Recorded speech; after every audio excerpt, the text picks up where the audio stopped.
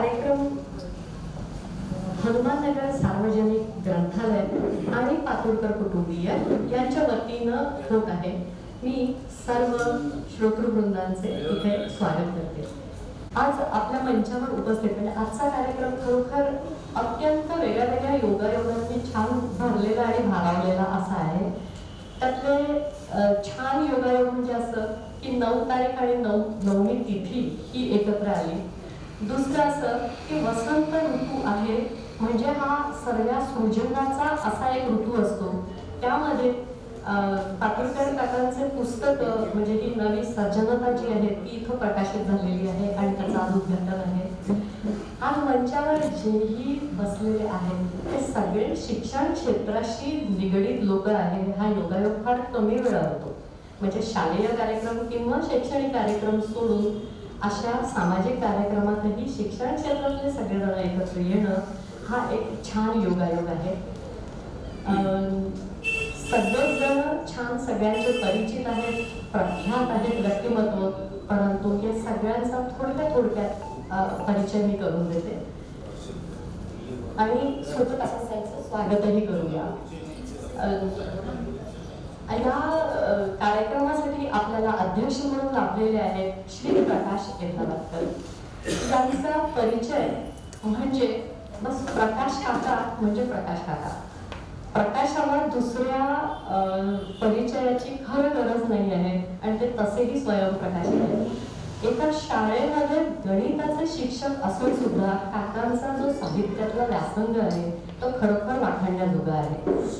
काकांनी पुस्तकं लिहिलेली आहेत का माहिती नाही, त्यांनी प्रकाशित केलेलं पुस्तक अजून माझ्या हाती पडलेलं नाहीये, पण काकांचे लेख या सोशल मीडियावर इतके असतात, म्हणजे लेखन कसं करावं ह्याविषयी बस काकांचं वाचत राहावं आणि त्यावरून आपल्याला बोध मिळतो। हाच काकांचा परिचय। कितीतरी दिवस ते लोक एका काकांनी पत्रकार म्हणजे पत्रकारितेतही मुशाफिरी केलेली आहे। सूत्रसंचालन हे काकांचं वैशिष्ट्य आहे। अशा अनेक गुणांचे धनी असलेले अतिथी आहेत डॉक्टर पंकज चांगले सर। सरांनी मला अप्रत्यक्षरित्याच नाही तर भारतातच नाही तर भारताच्या बाहेर विदेशात सुद्धा सरांचं नाव माहीत नाही असे क्वचित विरळ व्यक्तिमत्व असते। सरांचं कर्तृत्व जर सांगायचं असेल तर सर विद्यालय रामटेकच्या कवी कुलगुरू कालिदास विश्वविद्यालयाचे संस्थापक कुलगुरू म्हटले तर वावगं ठरू नये। म्हणजे जेव्हा एखादं विद्यापीठ उदयाला येतं त्याच्या आधी कितीतरी दिवस त्याच्या विषयीचे चर्चा असतात, ते आणण्यासाठी जे काही करावं लागतं ते त्याला जन्माला घालावं लागतं, त्या सगळ्या कळा सरांनी सोसलेल्या आहेत। आणि सर अतिशय कमी वयात कुलगुरू झालेले होते आणि त्यांनी त्या 3 टर्म कुलगुरू हे सुद्धा त्यांचं रेकॉर्ड मला वाटत नाही आता तेच म्हणजे प्रोफेसर होते। शिवाय कुलगुरू झाल्यावर त्यांनी कुलगुरूंची जी समिती असते त्याचंही अध्यक्षपद भूषवलेलं आहे। आणि सरांचं अजून एक वैशिष्ट्य म्हणजे एवढे मोठे पद असून त्या पदाची झूल न बाळगता ज्याच्यात जसे असतील तसे ते मिसळतात। हा अनुभव मी वैयक्तिक रीतीने पण घेतलेला आहे। हेच वाक्य प्रकाश काकांना पण लागू पडतं की आबाल वृद्धांशी ते त्यांच्या लेवलवर उतरून गप्पा मारतात आणि समोरच्याला ते आपलंसं करतात। याच्यानंतर आहे विशेष अतिथी किशोरजी गलांडे। हे सुद्धा शिक्षकच आहेत, म्हणजे आजचे वैशिष्ट्य आहे की हे सगळेजण शिक्षण क्षेत्रात प्रत्यक्ष विद्यार्थ्यांशी संपर्कात असलेली ही मंडळी। आणि गलांडे सरांचं तर आपण म्हणजे शिक्षक म्हणून ओळखण्याच्या पेक्षा ते सूत्रसंचालक म्हणून जास्त त्यांना ओळखलं जातं। त्यांचा आवाज ऐकणं आणि त्यांचं मध्ये मध्ये जे ते बोलतात ते सगळं ऐकणं की म्हणजे या खरं प्रकाश काका आणि किशोर काकांनी सूत्रसंचालनाच्या कार्यशाळा घेतल्या तर जास्तीत चांगलं होईल, समोरच्या पिढीला घडवायला मदत होईल। याच्यानंतर वाचन आमच्या हनुमाननगर सार्वजनिक वाचनालयाचे अध्यक्ष श्री सतीश दंडे सर। दंडे सर माझे सर आहेत, यांनी 12वी पर्यंत केमिस्ट्री शिकवलेलं आहे आणि दंडे सरांनी शिकवलेल्या सुद्धा आज पिढ्या झालेल्या आहेत, म्हणजे सरांनी 3 पिढ्यांना शिकवलं ह्याच्यात काहीही दुमत नाही।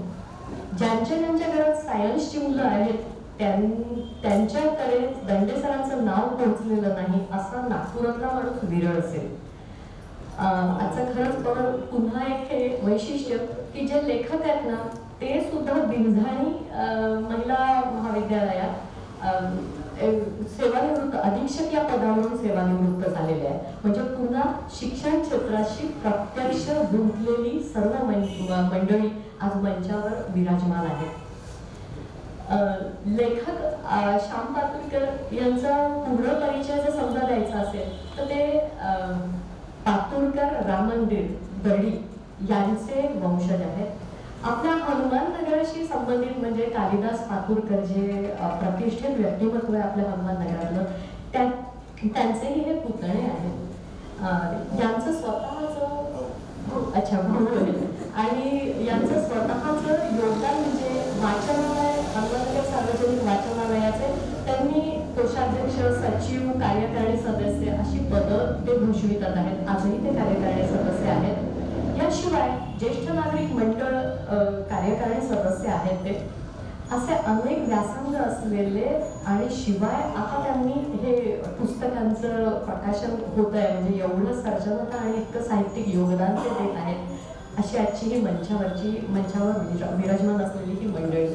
याच्यातलं अजून एक वैशिष्ट्य म्हणजे आज या व्यासपीठावर जी मान्यवर आहेत त्यापैकी 3 जण हे बालमित्र आहेत. चांदे सर, प्रकाश काका आणि पातुरकर काका हे 3 जणांचं बालपण बर्डीवर गेलेलं आहे आणि 3घांच्याही व्यक्तिमत्वामध्ये पातुरकर राम मंदिरातली प्रवचनं आणि कार्यक्रम हे घडवण्याचं एक साधन ठरलेलं आहे. एक मधला काळ असा असतो की ज्या वेळेला प्रत्येक जण आपलं करिअर, आपला संसार आणि आपापलं व्याप यात गुंतलेला असतो. पण पुन्हा एक म्हातारवळी म्हणजे ज्येष्ठ जेव्हा आपण होतो त्यावेळेला अजून एक असा छान मोकळा वेळ मिळतो आणि त्यावेळेला बालपणचे जे काही सुखावह क्षण असतात ते पुन्हा आठवायचे आणि मधल्या काळात जे काही पदं वगैरे असतात त्याची झूळ बाजूला ठेवून परत एकदा आपल्या बालपणातलं मैत्री प्रगल्भपणे जपायचे जे दिवस असतात त्या दिवसांमध्ये हे 3 परत या कार्यक्रमानिमित्ताने एकत्र आलेले आहेत. हाही या कार्यक्रमाचा एक वैशिष्ट्यपूर्ण विशेष बाब अशी म्हणता येईल. मी थोडक्यात परिचय करून दिलेला आहे परंतु मला खात्री आहे की या सगळ्यांच्या बोलण्यातून यांच्या वेगळ्या परिचयाची आपल्याला गरजच उरणार नाही. त्यांचं बोलणं हेच आपल्यासाठी त्यांचा खास परिचय ठरेल. मी पातुरकर काकांना विनंती करते की त्यांनी अध्यक्षांचं स्वागत करावं.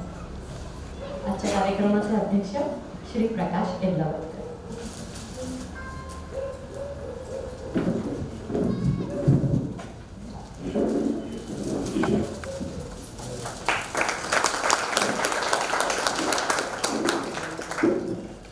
यानंतर आपले प्रमुख अतिथी डॉक्टर पंकज चांदे सर.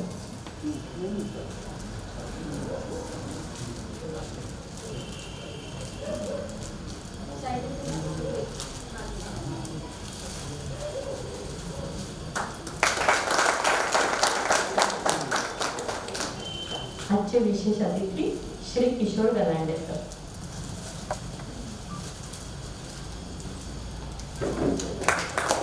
हनुमाननगर सार्वजनिक वाचनालयाचे अध्यक्ष श्री सतीश दंडे सर.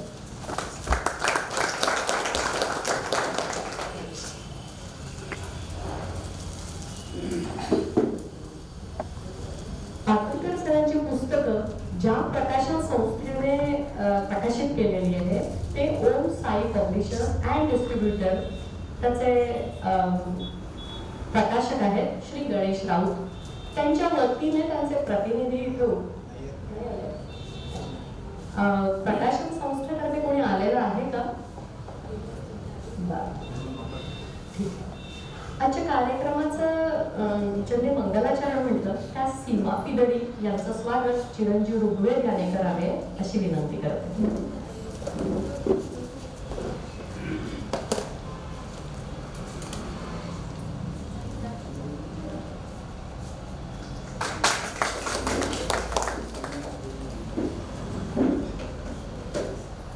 पुस्तक हा खरं तर सर्वांच्या जिव्हाळ्याचा विषय आहे.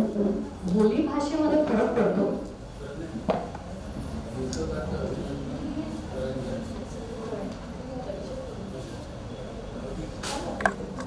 हास्यास्पद अशी प्रतिक्रिया प्रतिक्रिया असते तिकडल्या लोकांची.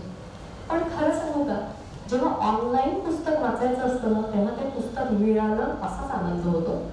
आणि जेव्हा हे पुस्तक असं हातात घेतलं जातं, या पुस्तकाला सुद्धा त्याचा एक वाचन मूल्य असतं, सौंदर्य मूल्य असतं, त्याच्यातल्या पानांना पण एक जिवंतपणा असतो. तो अर्थात वाचन मूल्यामुळे वाढतो आणि त्यामुळे ते पुस्तक एक पुस्तक न राहता पूर्ण व्यक्तिमत्व होऊन जातं आणि ते व्यक्तिमत्व भेटलं असाच आनंद देणारं असतं. आश्चर्य वाटतं की काकांचा पातुरकर काकांचं जे पुस्तकाचं हे 3 पुस्तकं एका वेळेला प्रकाशित होतात आहेत. हे 3ही पुस्तक खरं तर एका बाजाचे नाही.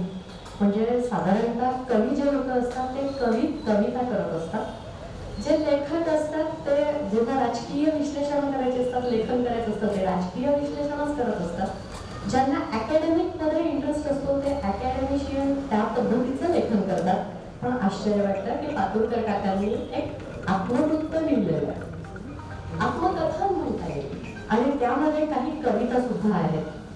नंतर त्यांनी लघुकथा लिहिलेल्या आहेत. 20 लघुकथांचा एक संग्रह आहे.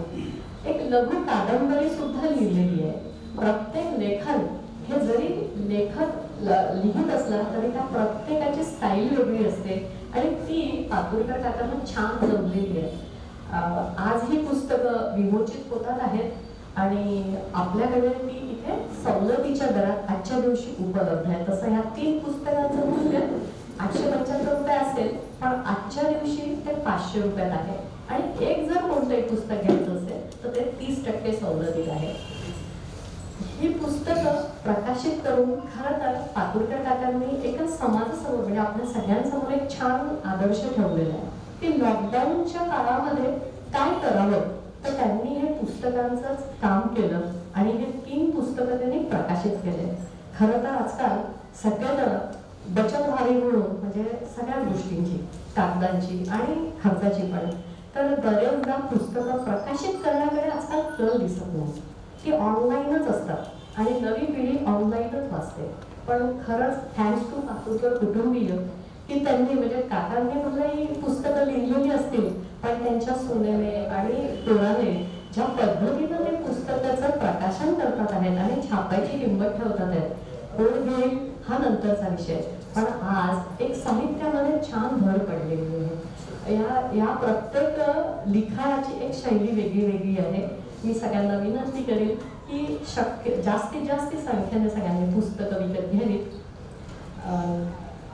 जे लेखक आहेत श्यामकाका पातुरकर यांनी आता पुस्तकाचं विषयी थोडंसं माहिती द्यावी, पार्श्वभूमी सांगावी.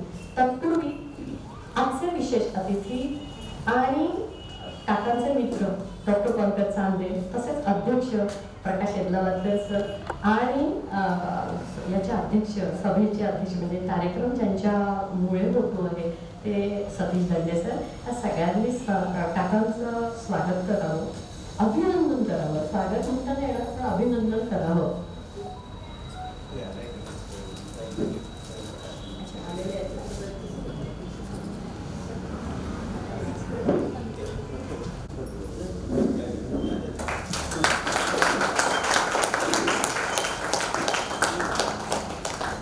अरे ऋग्वेद, एक मिनिट ये इकडे. एक फोटो सर, पुन्हा एकदा एक फोटो. ऋग्वेद का आजोबांच्या बाजूला उभा आहे एकदा परत प्लीज, याला धरून. शेवटी वारसा हा समोर न्यायचा असतो. त्याने पण बघावं की आपले आजोबा याही वयात लेखक झालेले आहेत आणि ऋग्वेदने सुद्धा समोर या पद्धतीने समोर जावं. प्रकाशन संस्थेतर्फे मी त्यांना विनंती केली, मला त्यांचं नाव माहिती नाही, कृपया समोर या. ऋग्वेद,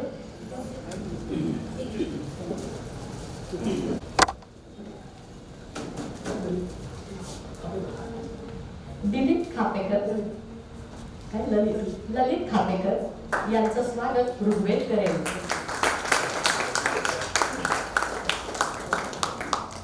मी पातुरकर काकांना विनंती करते.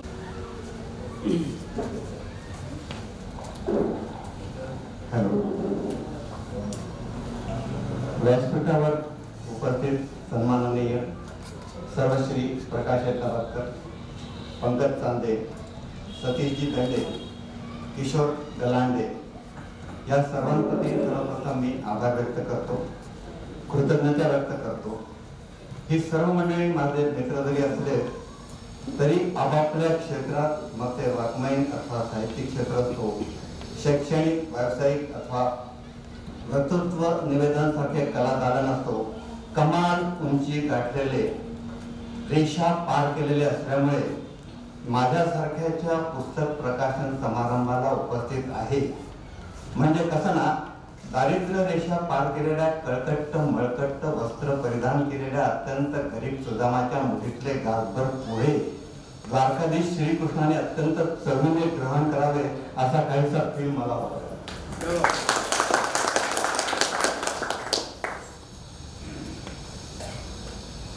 या ठिकाणी अजूनही काही ज्येष्ठ आणि श्रेष्ठ मंडळी माझ्यासाठी म्हणून उपस्थित झालेले आहे. ज्येष्ठ नागरिक महामंडळाचे प्रभूजी देशपांडे आहेत, सचिव श्री तेलंग साहेब आहेत, होऊ घातलेले कार्याध्यक्ष डॉक्टर तुळणकर आहेत, डॉक्टर चरलवाड आहेत, पारधेकर ॲडव्होकेट पारधेकर या ठिकाणी आलेले आहेत. या सर्वांचं आणि आपण सर्व या ठिकाणी उपस्थित आहे, या सर्वांचं मी मनापासून स्वागत करतो. आणि तत्पूर्वी म्हणजे माझ्या पार्श्वभूमी सांगण्यापूर्वी आजच्या आपल्या ज्या मंच संचालिका आहेत डॉक्टर प्रज्ञा देशपांडे, संस्कृतच्या प्राध्यापिका आहेत, यांच्याकडे मी आणि प्रकाश जेव्हा गेलो त्यावेळेस त्यांनी कुठलेही आराखडे न घेता अगदी सहजरित्या पटकन ॲट ए ग्लान्स ठीक आहे मी करते म्हणून त्यांनी जे ॲक्सेप्ट केलं आमंत्रण आमचं. आणि त्या खूप व्यस्त आहेत सध्या, संस्कृतची आभासी स्वरूपात कॉन्फरन्स चालू आहे, त्याच्यामुळे कॉन्स्टंट बिझी असतात, तरी पण त्यामुळे ठीक आहे मी करेन प्रकाशसाठी आणि त्यासाठी म्हणून ते या ठिकाणी आले. त्यामुळे त्यांचं सुद्धा मी स्वागत करू इच्छितो. ऋग्वेदला मी विनंती करतो की त्यांनी पुष्पगुच्छद्वारा डॉक्टर प्रज्ञा देशपांडे यांचं स्वागत करावं.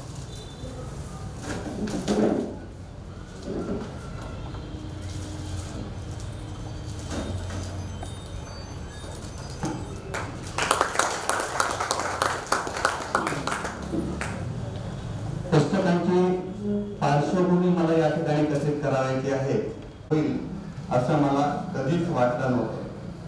काही लिहिण्याची माझी सवय होती. स्वतःच्या आणि मित्रांच्या अनुभवातून बऱ्याचशा गोष्टी मी लिहिल्या.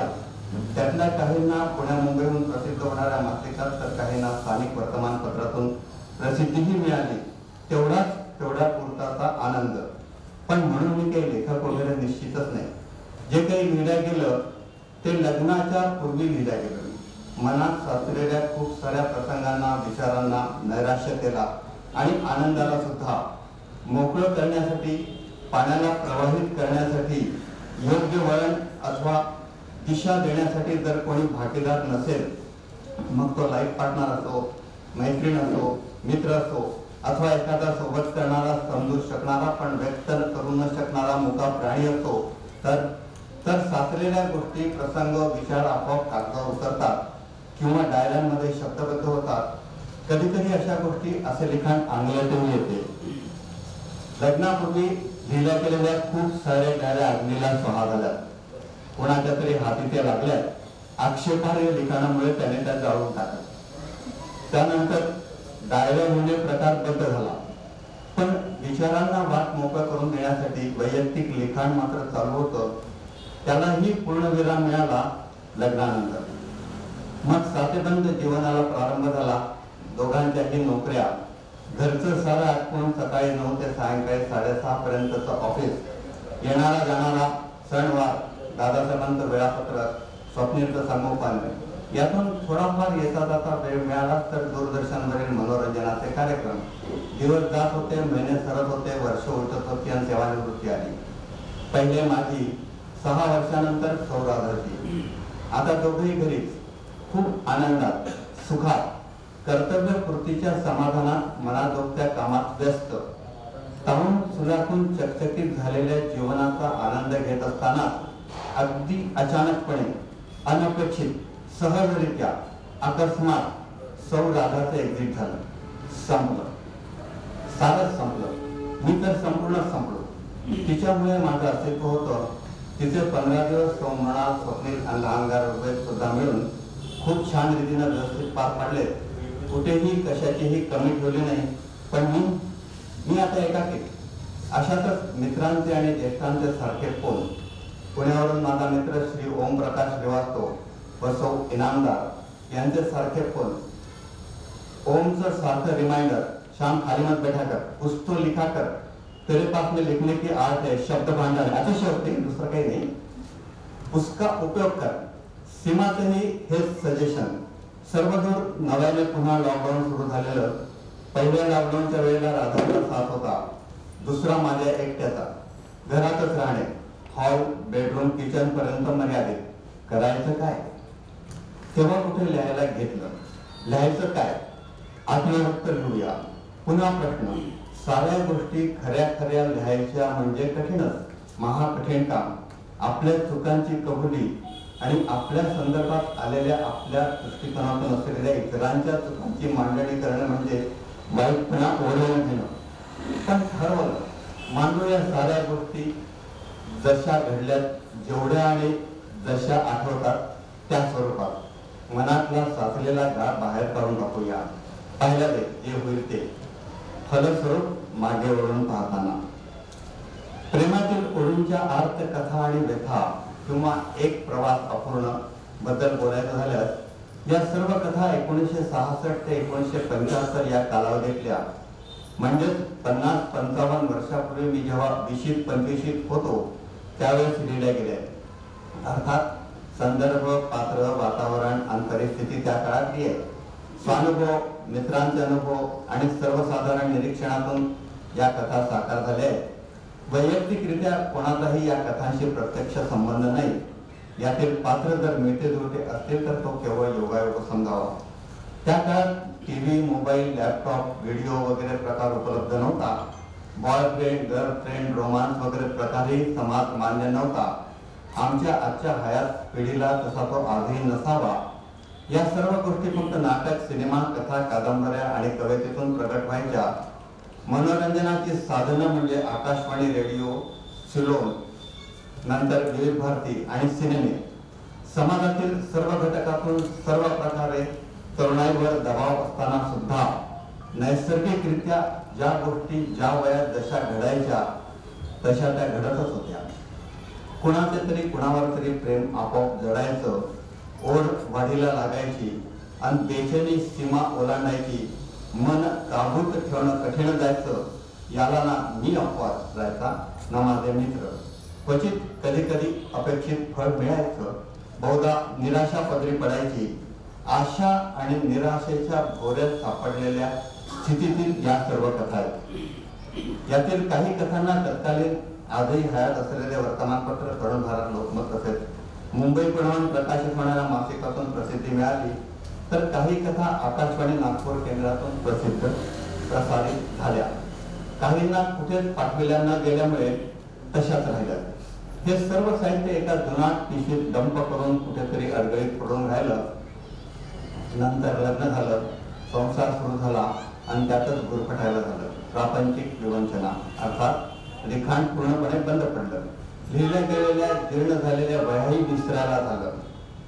आणि आता आयुष्याच्या उत्तरार्धात सेकंड लॉकडाऊन पिरियड मध्ये घरातच बंदिस्त असताना एक एक प्रश्न मार्गी लावावा. जुनी रद्दी संग्रहातील मासिके, नको असलेली कागदपत्रे विकून टाकावी अथवा नष्ट करावी म्हणून प्रयत्नात असताना त्या जीर्ण झालेल्या वह्यांची पिशवी हाती लागली. मी लिहिलेल्या साऱ्या गोष्टी, आपलीच निर्मिती रद्दीत टाकायची मन धदेना. पब्लिश करण्याची हिंमत होईना. द्विधा मनस्थितीत अडकलो. द्विधा मनस्थितीत म्हणजे आता 75 वर्षाच्या वयात प्रेमातील ओळींच्या कथा पब्लिश करायच्या म्हणजे लोक काय म्हणतील. पोरं, पोरी, सुना, नातू, आप्तसखे वाचतील तर त्यांना काय वाटेल. या वयात काका, मामा, आजोबा या असल्या गोष्टी लिहितात, काय वाटणार आहे. दूरदर्शनच्या रोजच्या मालिकेत साऱ्यात प्रेमकथा, विवाहबाह्य संबंध, कुठलाही आडपडदा न ठेवता एकमेकांना मारत असलेल्या मिठ्या, तोकडे टोकडे या साऱ्या गोष्टी सारेजण आनंदाने बघतातच की. मग माझ्या कथांना का नावं ठेवावी. वय वर्ष 75 हे आडवं येत होतो. या वयात कसं धार्मिक ग्रंथ, ज्ञानेश्वरी, भागवत, दासबोध, रामायण, कीर्तन, भजन यात मन रमवायचं. लिखाणच करायचं तर ते आध्यात्मिक लिखाण करायचं. हे काय प्रेमकथा आपले अध्यक्ष प्रकाश हेडलाबादकर आध्यात्मिक लिखाण करत असतात आणि त्यांना ते प्रसिद्धी मिळत असते. पण जे आडात असले ते पुढ्यात कसं येणार? ओढून ताणून सज्जनतेचा बुरखा पांघरून सोंगोढोंग करायची, उगाच पोक्तपणाचा आवाळायचा आणि खूप अक्कल अनुभव असल्याचं भासायचं या मनाला न पटणार आहे. याचा अर्थ मी नास्तिक आहे, देवावर माझा विश्वास नाही असामुळेच कोणी काढू नये. अतिरेक कुठल्याही गोष्टीचा हानिकारक असं माझं प्रामाणिक मत आहे. श्वास चालू आहे, हातपाय शरीर मन बुद्धी चालवत आहे, तर मनासारखा आनंद घेण्यासाठी देण्यात कोणाला आक्षेप असायचं काही कारण नाही. फक्त एवढंच पथ्य पाळणं आवश्यक आहे की आपल्या कुठल्याही कृतीतून दुसऱ्याला क्लेश होता कामा नये. फक्त आनंदाची देवाणघेवाण तेवढी व्हायला हवी. मन मरेल तो तरुणच राहायला हवं. तुम्ही किती का वर्षाचे असेल ना, काहीच फरक पडत नाही. 20व्या वर्षी म्हातारी झालेली तरुण पोरं तर 90व्या वर्षी तरुण असलेली व्यक्ती माझ्या पाहण्यात आली आहे. आता परवा रमेश देवचं निधन झालं. ऍट द लास्ट मोमेंट पर्यंत ग्रीन पर्सनॅलिटी असं त्यांचं वर्णन आपल्याला निश्चितपणे करता येईल. मनाची भटक्रांती सुरू असताना माझ्या मनाने कल दिला की करूया पब्लिश काही मोजक्या कथा. बाकीच्यांची विल्हेवाट लावू, आपणच आपल्या हाताने आपली निर्मिती नष्ट केलेली बरी. त्याप्रमाणे काही कथांचं आज आपल्या समोर प्रकाशन होत आहे.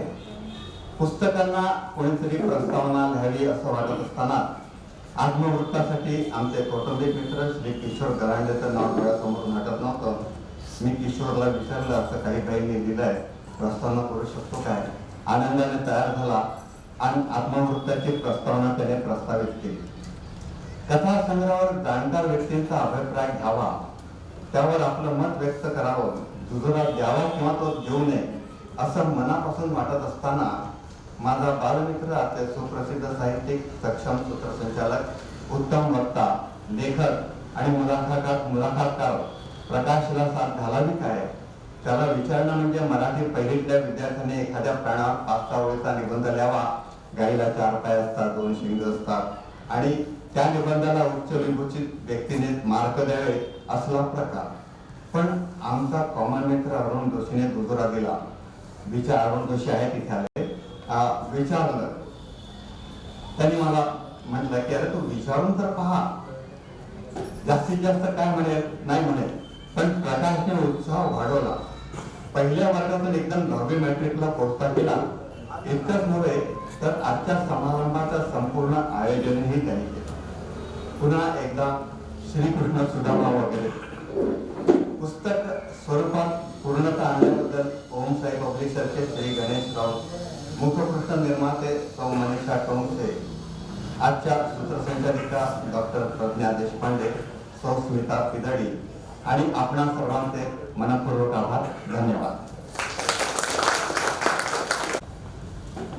जेवढं प्रांजळपणे त्यांनी आपलं मनोगत व्यक्त केलं तितक्याच प्रांजळ त्यांचं लेखन असावं अशी शेतावरून भाताची परीक्षा वाटते. आणि काका एक अजून, विरक्ती हा शब्द विशेषेनं रक्ती असाही असू शकतो. म्हणजे विशेष रीतीनं तुम्ही त्या क्षेत्रात रस घेता आहात आणि तुम्ही ज्या अर्थी संसारात इतका चांगला रस घेऊ शकता. म्हणजे जेव्हा अध्यात्माशी अनुरक्त व्हाल तेव्हा तर फारच छान रीतीनं तुम्ही करू शकता त्या सगळ्या गोष्टी असं वाटतं. त्यानंतर मी पुस्तकाचं विमोचन सर्व मान्यवरांच्या हस्ते होईल असं जाहीर करते. त्याला थोडंसं ऋग्वेद जे तिकडच्या बाजूने उभा राहा.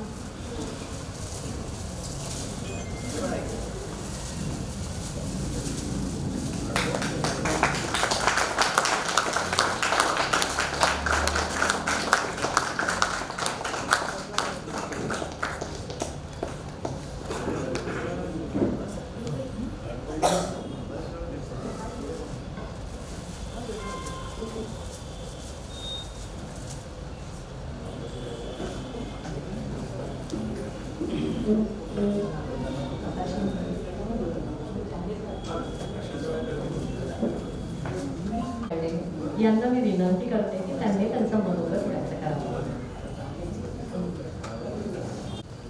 सन्माननीय व्यासपीठ आणि या सभागृहाला दृष्ट लागावी असे सर्व मान्यवर इथे उपस्थित आहेत. म्हणजे एखाद्या साडीच्या दुकानात जावं आणि त्यांनी पहिल्यांदाच रेंज विचारून टाकावी, द्यायला पाहिजे का हेही विचारावं, अजून देणं घेणं करायचं आहे का, तर त्या साडीच्या दुकानात आपल्याला कसं वाटतं. पण त्याच वेळा एखादं निव्वळ पैठणीचं दुकान असावं आणि त्यांनी सांगावं माझ्याकडे 10,000च्या खाली एकही साडी नाही, आज मला या सभागृहात हे पैठणीचं दुकान भरलेलं दिसत आहे की त्यांच्या संपूर्ण कमीच जात आहे. प्रत्येक श्रोता इथे उपस्थित, रसिक जो उपस्थित आहे तो हजाराला तरी भारी आहे आणि या सगळ्यांना नमस्कार करतो. गंमत आहे, मला स्टेजवर अतिथी म्हणून बसवल्यानंतर माझ्या मनात चटकन असा एक प्रश्न आला, मी तर गंभीर वगैरे व्हायचा प्रश्नच येत नाही आणि कागद वगैरे तर घेऊन येणारच नाही, कारण ते यातच नाही की गंमत अशी की एखादा भोजनालयवाला दुसऱ्या भोजनालयाकडे जेवायला गेल्यानंतर त्याला कसं वाटत असेल, तसं मला आज प्रज्ञान काही निवेदन करतात आहे आणि मी इथे अतिथी म्हणून बसलो आहे, तसं मला स्वतःला वाटत आहे. पण ही गंमत कोणी कट कारस्थान करून मला इथे बसायचं ठेवलं आहे, मला काही नीटचं ठाऊक नाही. पण शामरावांचा एकंदर स्वभाव आणि आशाताईंवर असलेलं माझं निरातिशय प्रेम, क्षमा करा थोडं मोबाईल आपण निरातिशय प्रेम, यामुळेच मी हे स्वीकारलेलं आहे. नाहीतर काय आदरणीय पंकजजी, स्वयंप्रकाशजी, निर्मलाबादकरजी, गुरुवर्य दंडे सर हे लोक उपस्थित असताना मी इथे बसणं काही योग्य होणार नाही. पण आज या निमित्तानं मी फक्त 5 ते 7 मिनिट, मला जे 10 मिनिट दिलेली आहे तेवढ्या याच्यात मी शामराव हे व्यक्तिमत्व काय आहे हे तुम्हाला प्रस्तावनेत दिसेल आणि मी सरळ सोट शामराव जसे आहेत तसं लिहिलेलं आहे. म्हणजे त्या प्रस्तावनेत सुद्धा मी सांगितलेलं आहे की कृपया शामरावांवर माझं खूप प्रेम आहे आणि ते मला खूप आवडतात असं जो माणूस म्हणत असेल तो विलक्षण ढोंगी माझ्या लेखी आहे असं मी स्वतः समजतो. शामराव ही जाणून घेण्याची गोष्ट आहे आणि ती जाणून घेण्याकरता तुम्हाला काहीतरी मानसिक तयारी करणं अत्यंत आवश्यक आहे. ती तयारी मी विशेष रूपाने 1989 पासून जेव्हा गोकुळ अपार्टमेंट मध्ये राहायला आलो तेव्हा नक्कीच केली आणि ती तयारी मला माझ्या वडिलांनी करून दिली की अरे हे शामराव आहेत, हे असे आहेत, हे आपल्याला यांना असंच ऍक्सेप्ट करायचं आहे आणि काय हरकत आहे, प्रत्येक जण आपल्या मनासारखा वागेल असं थोडी असतं. जरा आपण काहीतरी त्याग करायला शिकूया आणि मग शामराव जसजसे मला कळत गेले आतमध्ये तर हा माणूस विलक्षण रसिक आहे, लेखक आहे, कवी वृत्तीचा आहे आणि मुख्य म्हणजे याला रसिकतेने दाद द्यायला आवडतं. साध्या फोडणीच्या वर्णांपासून ते परवीन सुलतानाच्या रंगलेल्या मैफिलीला, म्हणजे राग कितपत समजला मला माहिती नाही, पण परवीन सुलताना दिसते कशी याचं रसभरीत वर्णन शामरावांना ऐकलं. हा माणूस कोणत्या विरक्तीच्या गोष्टी करतोय आणि याने विरक्त होई पण नाही असं मी म्हणणार आहे. अहो माणूस असा दिलदार असला पाहिजे, उगाच विरक्त होऊन कपाळाला आठ्या मारून विलक्षण विचक्षण बुद्धिमत्तेचा आपला परिचय लेखातून वगैरे द्यायचा हे काम नाहीच. उलट तुम्हाला कोणी सांगितलं की जो माझ्यासारखा उथळ असतो तो आध्यात्मिक नाही आहे म्हणून. आध्यात्मिकतेची पहिली पायरीच ही आहे की माझी प्रत्येक कृती ईश्वर बघतोय. या पायरीवर जर तुम्हाला विराजमान होता येत असेल तुम्ही आध्यात्मिक. पण या 1989 साली गोकुळ अपार्टमेंट मध्ये आल्यानंतर निश्चितच निर्निराळी स्थित्यंतर माझ्या जीवनात आली. निवेदक म्हणून, व्यावसायिक निवेदक म्हणून 92 सालापासून एंट्री घेतली. पण गंमत अशी की त्याआधी थोडस संगीत विषयक ज्ञान होतं, ते मोठं गमतीने मिळालं. मला असं वाटतं प्रत्येक निवेदक हा गाणं जाणणारा असला पाहिजे. नाहीतर काय होतं की उत्तम गाणं सुरू असतं आणि निवेदक आपल्या कागदाचे आरत परत करत असतो. जर निवेदक सहभागी होणार नसेल त्या गाणाऱ्याच्या ह्याच्यात, त्याला दाब देणार नसेल. मी याचा रिव्हर्स किस्सा तुम्हाला सांगतो. गंमत अशी की एका कार्यक्रमाचं निवेदन करत होतो प्रकाशजी आणि मधुबन में राधिका नाचे रे ते गायक म्हणत होता. गायक प्रसिद्ध होता, त्या दिवशी जमलं नाही आणि माझ्या चेहऱ्यावर पटकन आठी घेतली.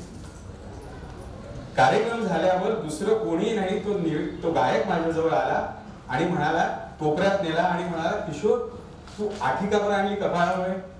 मी म्हटलं नाही ते उपजत, म्हणजे जे काही झालं ते हो, पण लोकांना समजलं ना म्हणे की तुझ्यामुळे लोकांना समजलं की माझं कुठे चुकलं. म्हणजे निवेदक हा केवळ शब्दांचा खेळ करणारा नसावा, तो मुळातच रसिक असावा. साहित्याची त्याला विलक्षण जाण असावी, आत्मीयता असावी. आणि त्या दृष्टीने जो मार्गक्रमण सुरू झालं, आदरणीय डॉक्टर नारायणराव मंगळकरांकडे गाणं शिकायला गेलो, ऋषितुल्य व्यक्तिमत्व, संगीत शिकायला गेलो आणि 1-2 वर्षातच त्यांना लक्षात आलं हा त्याला ऐकीचा नाही, कारण त्यांचंच गाणं बिघडायला लागलं माझ्या. शेवटी ते म्हणाले, तू संगीत शिकू नको, संगीता घेऊन जा माझी. तो दुसरा ऑप्शन मान्य केला. पण शामराव हे व्यक्तिमत्व असं विलक्षण आहे. तुम्ही असं ते कॅलेडिओस्कोप लहानपणी तयार केला आहे का? केला नसेल तर तुमचं बालपण वाया गेलं. 3 काचा शोधायच्या, बांगड्याचे तुकडे करायचे, उदबत्तीचा पुडा घ्यायचा, ते तसं फिरवायचं. एक डिझाईन दुसऱ्यासारखं नाही. पण या शामराव नावाच्या व्यक्तिमत्वाला तुम्ही जर अशा तऱ्हेने दाद देणार असाल प्रत्येक डिझाईनला, वा क्या बात है, मग शामरावांचा प्रेमळ स्वभाव तुमच्या वाटायला येईल. फणसासारखा मस्त गरे खात्यातले, मग फोडणीच्या वर्णापासून ते तुमच्या प्रत्येक कार्यक्रमापासून तुम्हाला अशी दाद मिळत जाईल. असे मित्रतुल्य शामराव माझ्याजवळ आहे. आज मला आणायचे 2 गोष्टी, 2 व्यक्तिमत्वांचे उल्लेख करायचा आहे. तिथे आदरणीय डॉक्टर चंद्रबाळ सर बसलेले आहेत, आमचे गुरु आहेत. ते कार्यक्रम आता शर्मिला वहिनी बसल्या. 89 साली मी जेव्हा इथे आलो ना, त्यांचं पुस्तकांचं भरलेलं कपाट मी बघितलं. Very thank you. ते याच्याकरता की तुमचं कपाट बघून मी लक्षात ठेवलं. नुकतीच नोकरी सुरू झाली होती, लग्न वगैरे या प्रकरणातूनही म्हणजे आता स्थिरावलो होतो की नाही, हे कपाट असं असलं पाहिजे. आणि मग हे इतक्या हौसेने पुस्तकं द्यायच्या की क्या बात आहे. मग ते पुस्तकं वाचता वाचता त्या म्हणाले, अरे मग तू एक काम कर ना, त्या खाना पुस्तकांकडे जा, ते 100 रुपये महिना घेतात आणि पुस्तकं आपल्याला देतात त्याची. आणि ती इतकी सवय लागली तिथे बुक एजन्सीला जायचं. आज वहिनी तुम्ही माझं पुस्तकांचं कलेक्शन बघायला या. सुदैवाने देवघर चांगलं नाही, पण पुस्तकांचं कलेक्शन मात्र इतकं सुंदर केलेलं आहे. आणि ही त्या पुस्तकांची कृपा माझ्यावर आहे. जी काही आहे, जे काही बरं वाईट केलं असेल मी, आज त्यात भर शामराव टाकतात. ही फार महत्वाची गोष्ट आहे. दुसरं, ज्या शाळेत होतो त्या शाळेत काय असतं की आमच्या हे कार्यक्रमाचा उपक्रम म्हणजे विदर्भात एक 100-125 किलोमीटर पर्यंत जर कार्यक्रम असला तर 3-4 वाजता निघण्याशिवाय पर्याय नाही. आणि मग आपले सगळे पिरियड ऍडजस्ट करून वगैरे घ्यायचे सगळे. आणि मग मुख्याध्यापकांजवळ जाऊन उभं राहायचं की जायचं का, जरा जातो जर लवकर. प्रकारची पण याच्याकरता असते, कारण आपलं ते इमेज तशी असते. याला कारण त्याची भरपाई आपण दुसऱ्या तऱ्हेने करतो. कारण शिक्षक आले नाहीत, शनिवारी रंगवायचं आहे स्टेज, 1.5 तास 2 तास, हो मी करतो, गाणं म्हणतो, व्याख्यान देतो, कोणत्या विषयावर विद्यार्थ्यांना एंगेज करून ठेवतो. मग त्याचं थोडस ज्याला काय कॉम्प्लिमेंट आपल्याला हवं असतं. आणि आज इथे आमच्या मुख्याध्यापिका बसल्या आहेत उज्ज्वला अंधारे, यांनी माझे इतके लाड पुरवले त्या क्षेत्रातले की किशोर कार्यक्रम नाही आहे का? येस मॅडम आहे. मग ठीक आहे, तू 4-4:30 जायला हरकत नाही. हे ऑफ द वे सांगतोय, कारण ते रिटायर झालं, मी रिटायर झालो, ते एज्युकेशन वाला कोणी नाही. पण त्याची भरपाई मात्र नक्की करायचो, कारण जे कोणत्या शिक्षकाला जमायचं नाही ते आम्हाला सुदैवाने जमायचं. गंमत आहे, बिटवीन द लाईन्स विचार करणारा समाज कमी होतोय. व्हॉट्सअपवर आलेल्या स्टेटसनुसार, व्हॉट्सअपवर आलेल्या सगळ्या याच्यानुसार आपल्याबद्दल, समाजाबद्दल किंवा एखाद्या थोर शीर्षस्थ माणसाबद्दल सुद्धा वेडा वाकडा विचार करणारा समाज आज प्रामुख्यानं वाढतोय. हे नको आहे. आदरणीय दंडे सर, आपण अध्यक्ष आहात एका वाचनालयाचे. आम्हाला ही पुस्तकं इथे ठेवायची नाही आहेत, तर ही पुस्तकं वाचकांपर्यंत कशी जातील. नाशिकला शिरवाडकर संस्थांनी एक मस्त पेटीचा उपक्रम केलेला आहे. आम्हाला या वाचनालयात या सगळ्या लोकांना आणावं लागेल आणि त्याच्याकरता जे जे काही करावं लागेल आपल्याला सर, तुम्ही हक्काने एखाद वेळा सांगा किंवा तुम्ही कान धरून आम्हाला बोलवा. त्यातून आपल्याला काय घेता येईल, केवळ हे वाचनालय पदाधिकारी आणि त्यांनी नटलेलं नसावं. आदरणीय प्रभुजी देशपांडे सर इथे आहेत, त्यांच्यासमोर आम्ही काय बोलायचं या वाचन संस्कृतीबद्दल किंवा या सगळ्या पण या ठिकाणी हे जे आज कार्यक्रम होतोय तो अत्यंत आनंदाचा क्षण आहे की या वाचनालयाच्या दृष्टीने हा अत्यंत आनंद आहे. शामरावनी ही पुस्तकं लिहिली, ही या वाचनालयात राहणारच, हस्ते परस्ते लोकांपर्यंत जाणार. त्यातली अर्धी मला असं वाटते शामराव सही करून देतील. 500 रुपये आधीच यांनी सांगून धडकी भरवून टाकलेली आहे लोकांना. म्हणजे या दाराने जायचं तर त्या दाराने जाणारे जास्त असतील, कारण 500 कशाला. पण हीच गोष्ट आम्ही हॉटेलमध्ये खर्च करताना किंवा वेटरला टिप देताना विचार करणारच नाही. आम्ही फेसबुकवरनं आम्हाला स्वतःला विड्रॉ करावं, व्हॉट्सअपवरनं करावं, इतर मीडियापासून करणंच आवश्यक आहे. पण घराघरात एक पुस्तकाचं कपाट आणि आमच्या ज्येष्ठांची जबाबदारी ही जास्त आहे. आम्ही या मुलांच्या हातातच पुस्तक देणार नाही तर कसं करणार आहे. तेव्हा आम्हाला कोणी बांधून ठेवलेलं नाही. शामरावांच्या या प्रकाशन सोहळ्या, मी निरनिराळ्या प्रकाशन सोहळ्यांमध्ये सुद्धा असतो सूत्रसंचालन करायला. त्याला नेमकं हेच की केवळ या प्रकाशन समारंभाला या, त्यांचं अभिनंदन करा, पुस्तकं छान आहे वगैरे म्हणा, त्यांच्या भिडे खातर तुम्ही पुस्तकही विकत घ्या. पण इतर अनावश्यक गोष्टी भेट देण्यापेक्षा पुस्तकांची चर्चा, पुस्तकांची भेट ही देणं अत्यंत आवश्यक आहे. आता माझे अत्यंत आवडते लेखक अनिल अवचटांचं निधन झालं. चट्टा लावून गेल. काय शर्मिला वाहिनीच्याच कपाटात मी त्यांची पहिली 2-3 पुस्तकं वाचलेली होती आणि त्यानंतर सपाटून सगळी पुस्तकं विकत घेतली.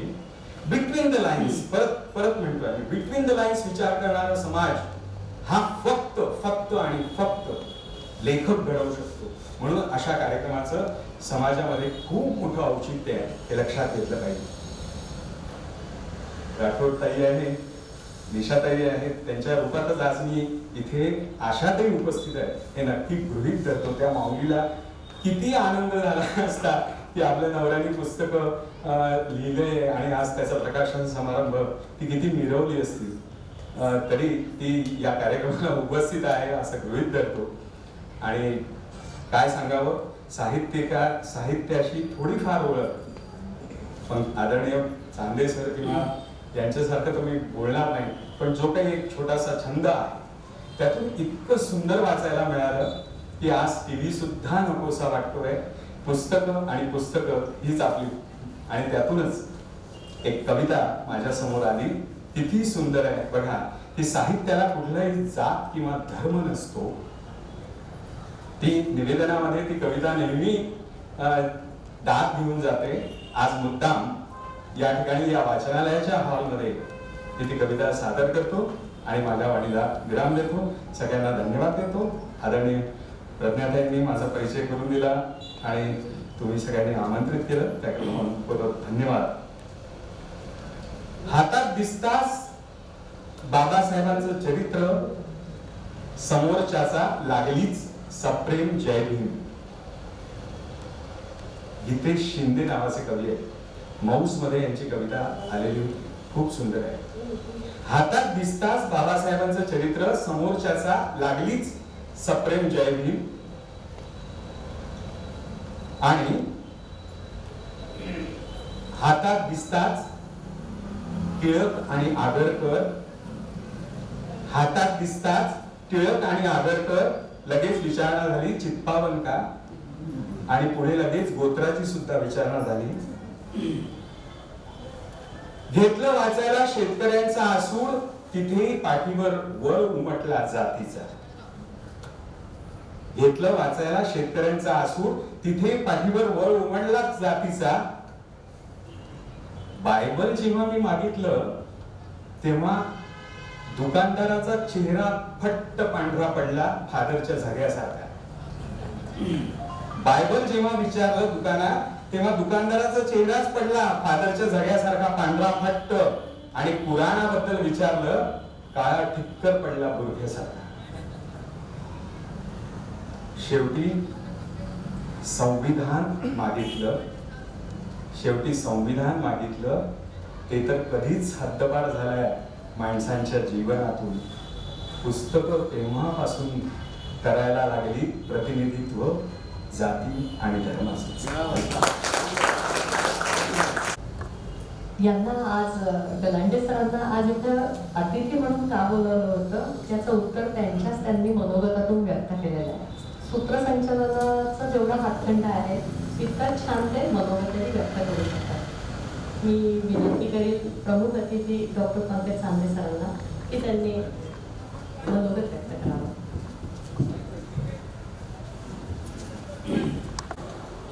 मंचावर विराजमान माझे मित्र प्रकाश यदलाबादकर, आजच्या कार्यक्रमाचे अध्यक्ष. आता ज्यांचं आपण उद्बोधन ऐकलं ते श्री किशोर गलांडे, प्राध्यापक दंडे. आजचे उत्सव म्हणायला हरकत नाही. श्यामजी पातुरकर, तेलंग साहेब, तुळणकर साहेब, माझा मित्र प्रकाश देशपांडे, संचालिका प्रज्ञा देशपांडे, धरे मॅडम, उज्ज्वलाताई आणि प्रभूजी आणि बाकी सर्व मान्यवर हो. आताच आपल्याला सविस्तर सुरुवातीला पार्श्वभूमी सांगण्यात आलेली आहे. मला जेव्हा आमंत्रण दिलं, मला वाटतं काही 8 दिवसापूर्वी पुस्तकं यायची होती. आमचे हे बालमित्र म्हणजे बर्डीवरचे राहणारे, आनंद समोर माझं राहणं होतं, बाजूलाच बाजूच्याच गल्लीमध्ये पातुरकर राम मंदिरात राहायचे श्यामजी आणि प्रकाशही तिथेच राहता. त्याच्यामुळे तिघही तिथे. तर हे जेव्हा निमंत्रण द्यायला आले तेव्हा मी निमंत्रण हो म्हटलं. कारण काय की आपल्या एरियातला हा एक सत्कार आहे, त्या दृष्टीने मी त्याला हो म्हटलं. पण खरं सांगू का की पुस्तकं जेव्हा प्रकाशनासाठी अनेक लोक येतात आणि मध्ये संपूर्ण पुस्तक मी वाचल्याशिवाय बोलत नाही त्या पुस्तकावर, आणि त्याच्यामुळे ते वाचावं लागतं. हा एक थोडासा, आणि वाचायला हरकत काहीच नाही. पण प्रॉब्लेम काय, बाकी एंगेजमेंट्स एवढ्या असतात की तुम्ही एखाद्या वाचायचं 4 पानं वाचल्यानंतर दुसरं काम निघायचं, पुन्हा परत आल्यानंतर कुठल्या पानावर होते, हा एक प्रॉब्लेम. अशा ह्या समस्या बऱ्याच असतात. आणि त्यात शामरावांनी एकदम 3 पुस्तकं आणली, जबरदस्त असे एकदम. त्याच्यामुळे ते 3 पुस्तकांच्या वापर मी मात्र ती वाचून काढली आणि मला खरोखरच आनंद झाला. नाही मान्यांचं हे अंग मला माहित नव्हतं आतापर्यंत. ते अतिशय सुंदर असं त्यांचं ते लिखाण आहे. आणि त्यातलं मला पहिलं मी पुस्तक जे वाचलं ते एक प्रवास अपूर्णवाला. एक प्रवास अपूर्ण आहे. पुस्तक तसं खूप मोठं नाहीये पण चांगलं पुस्तक आहे. ते एक प्रवास अपूर्णवाला आहे हे आहे. तर त्यांनी त्याच्यामध्ये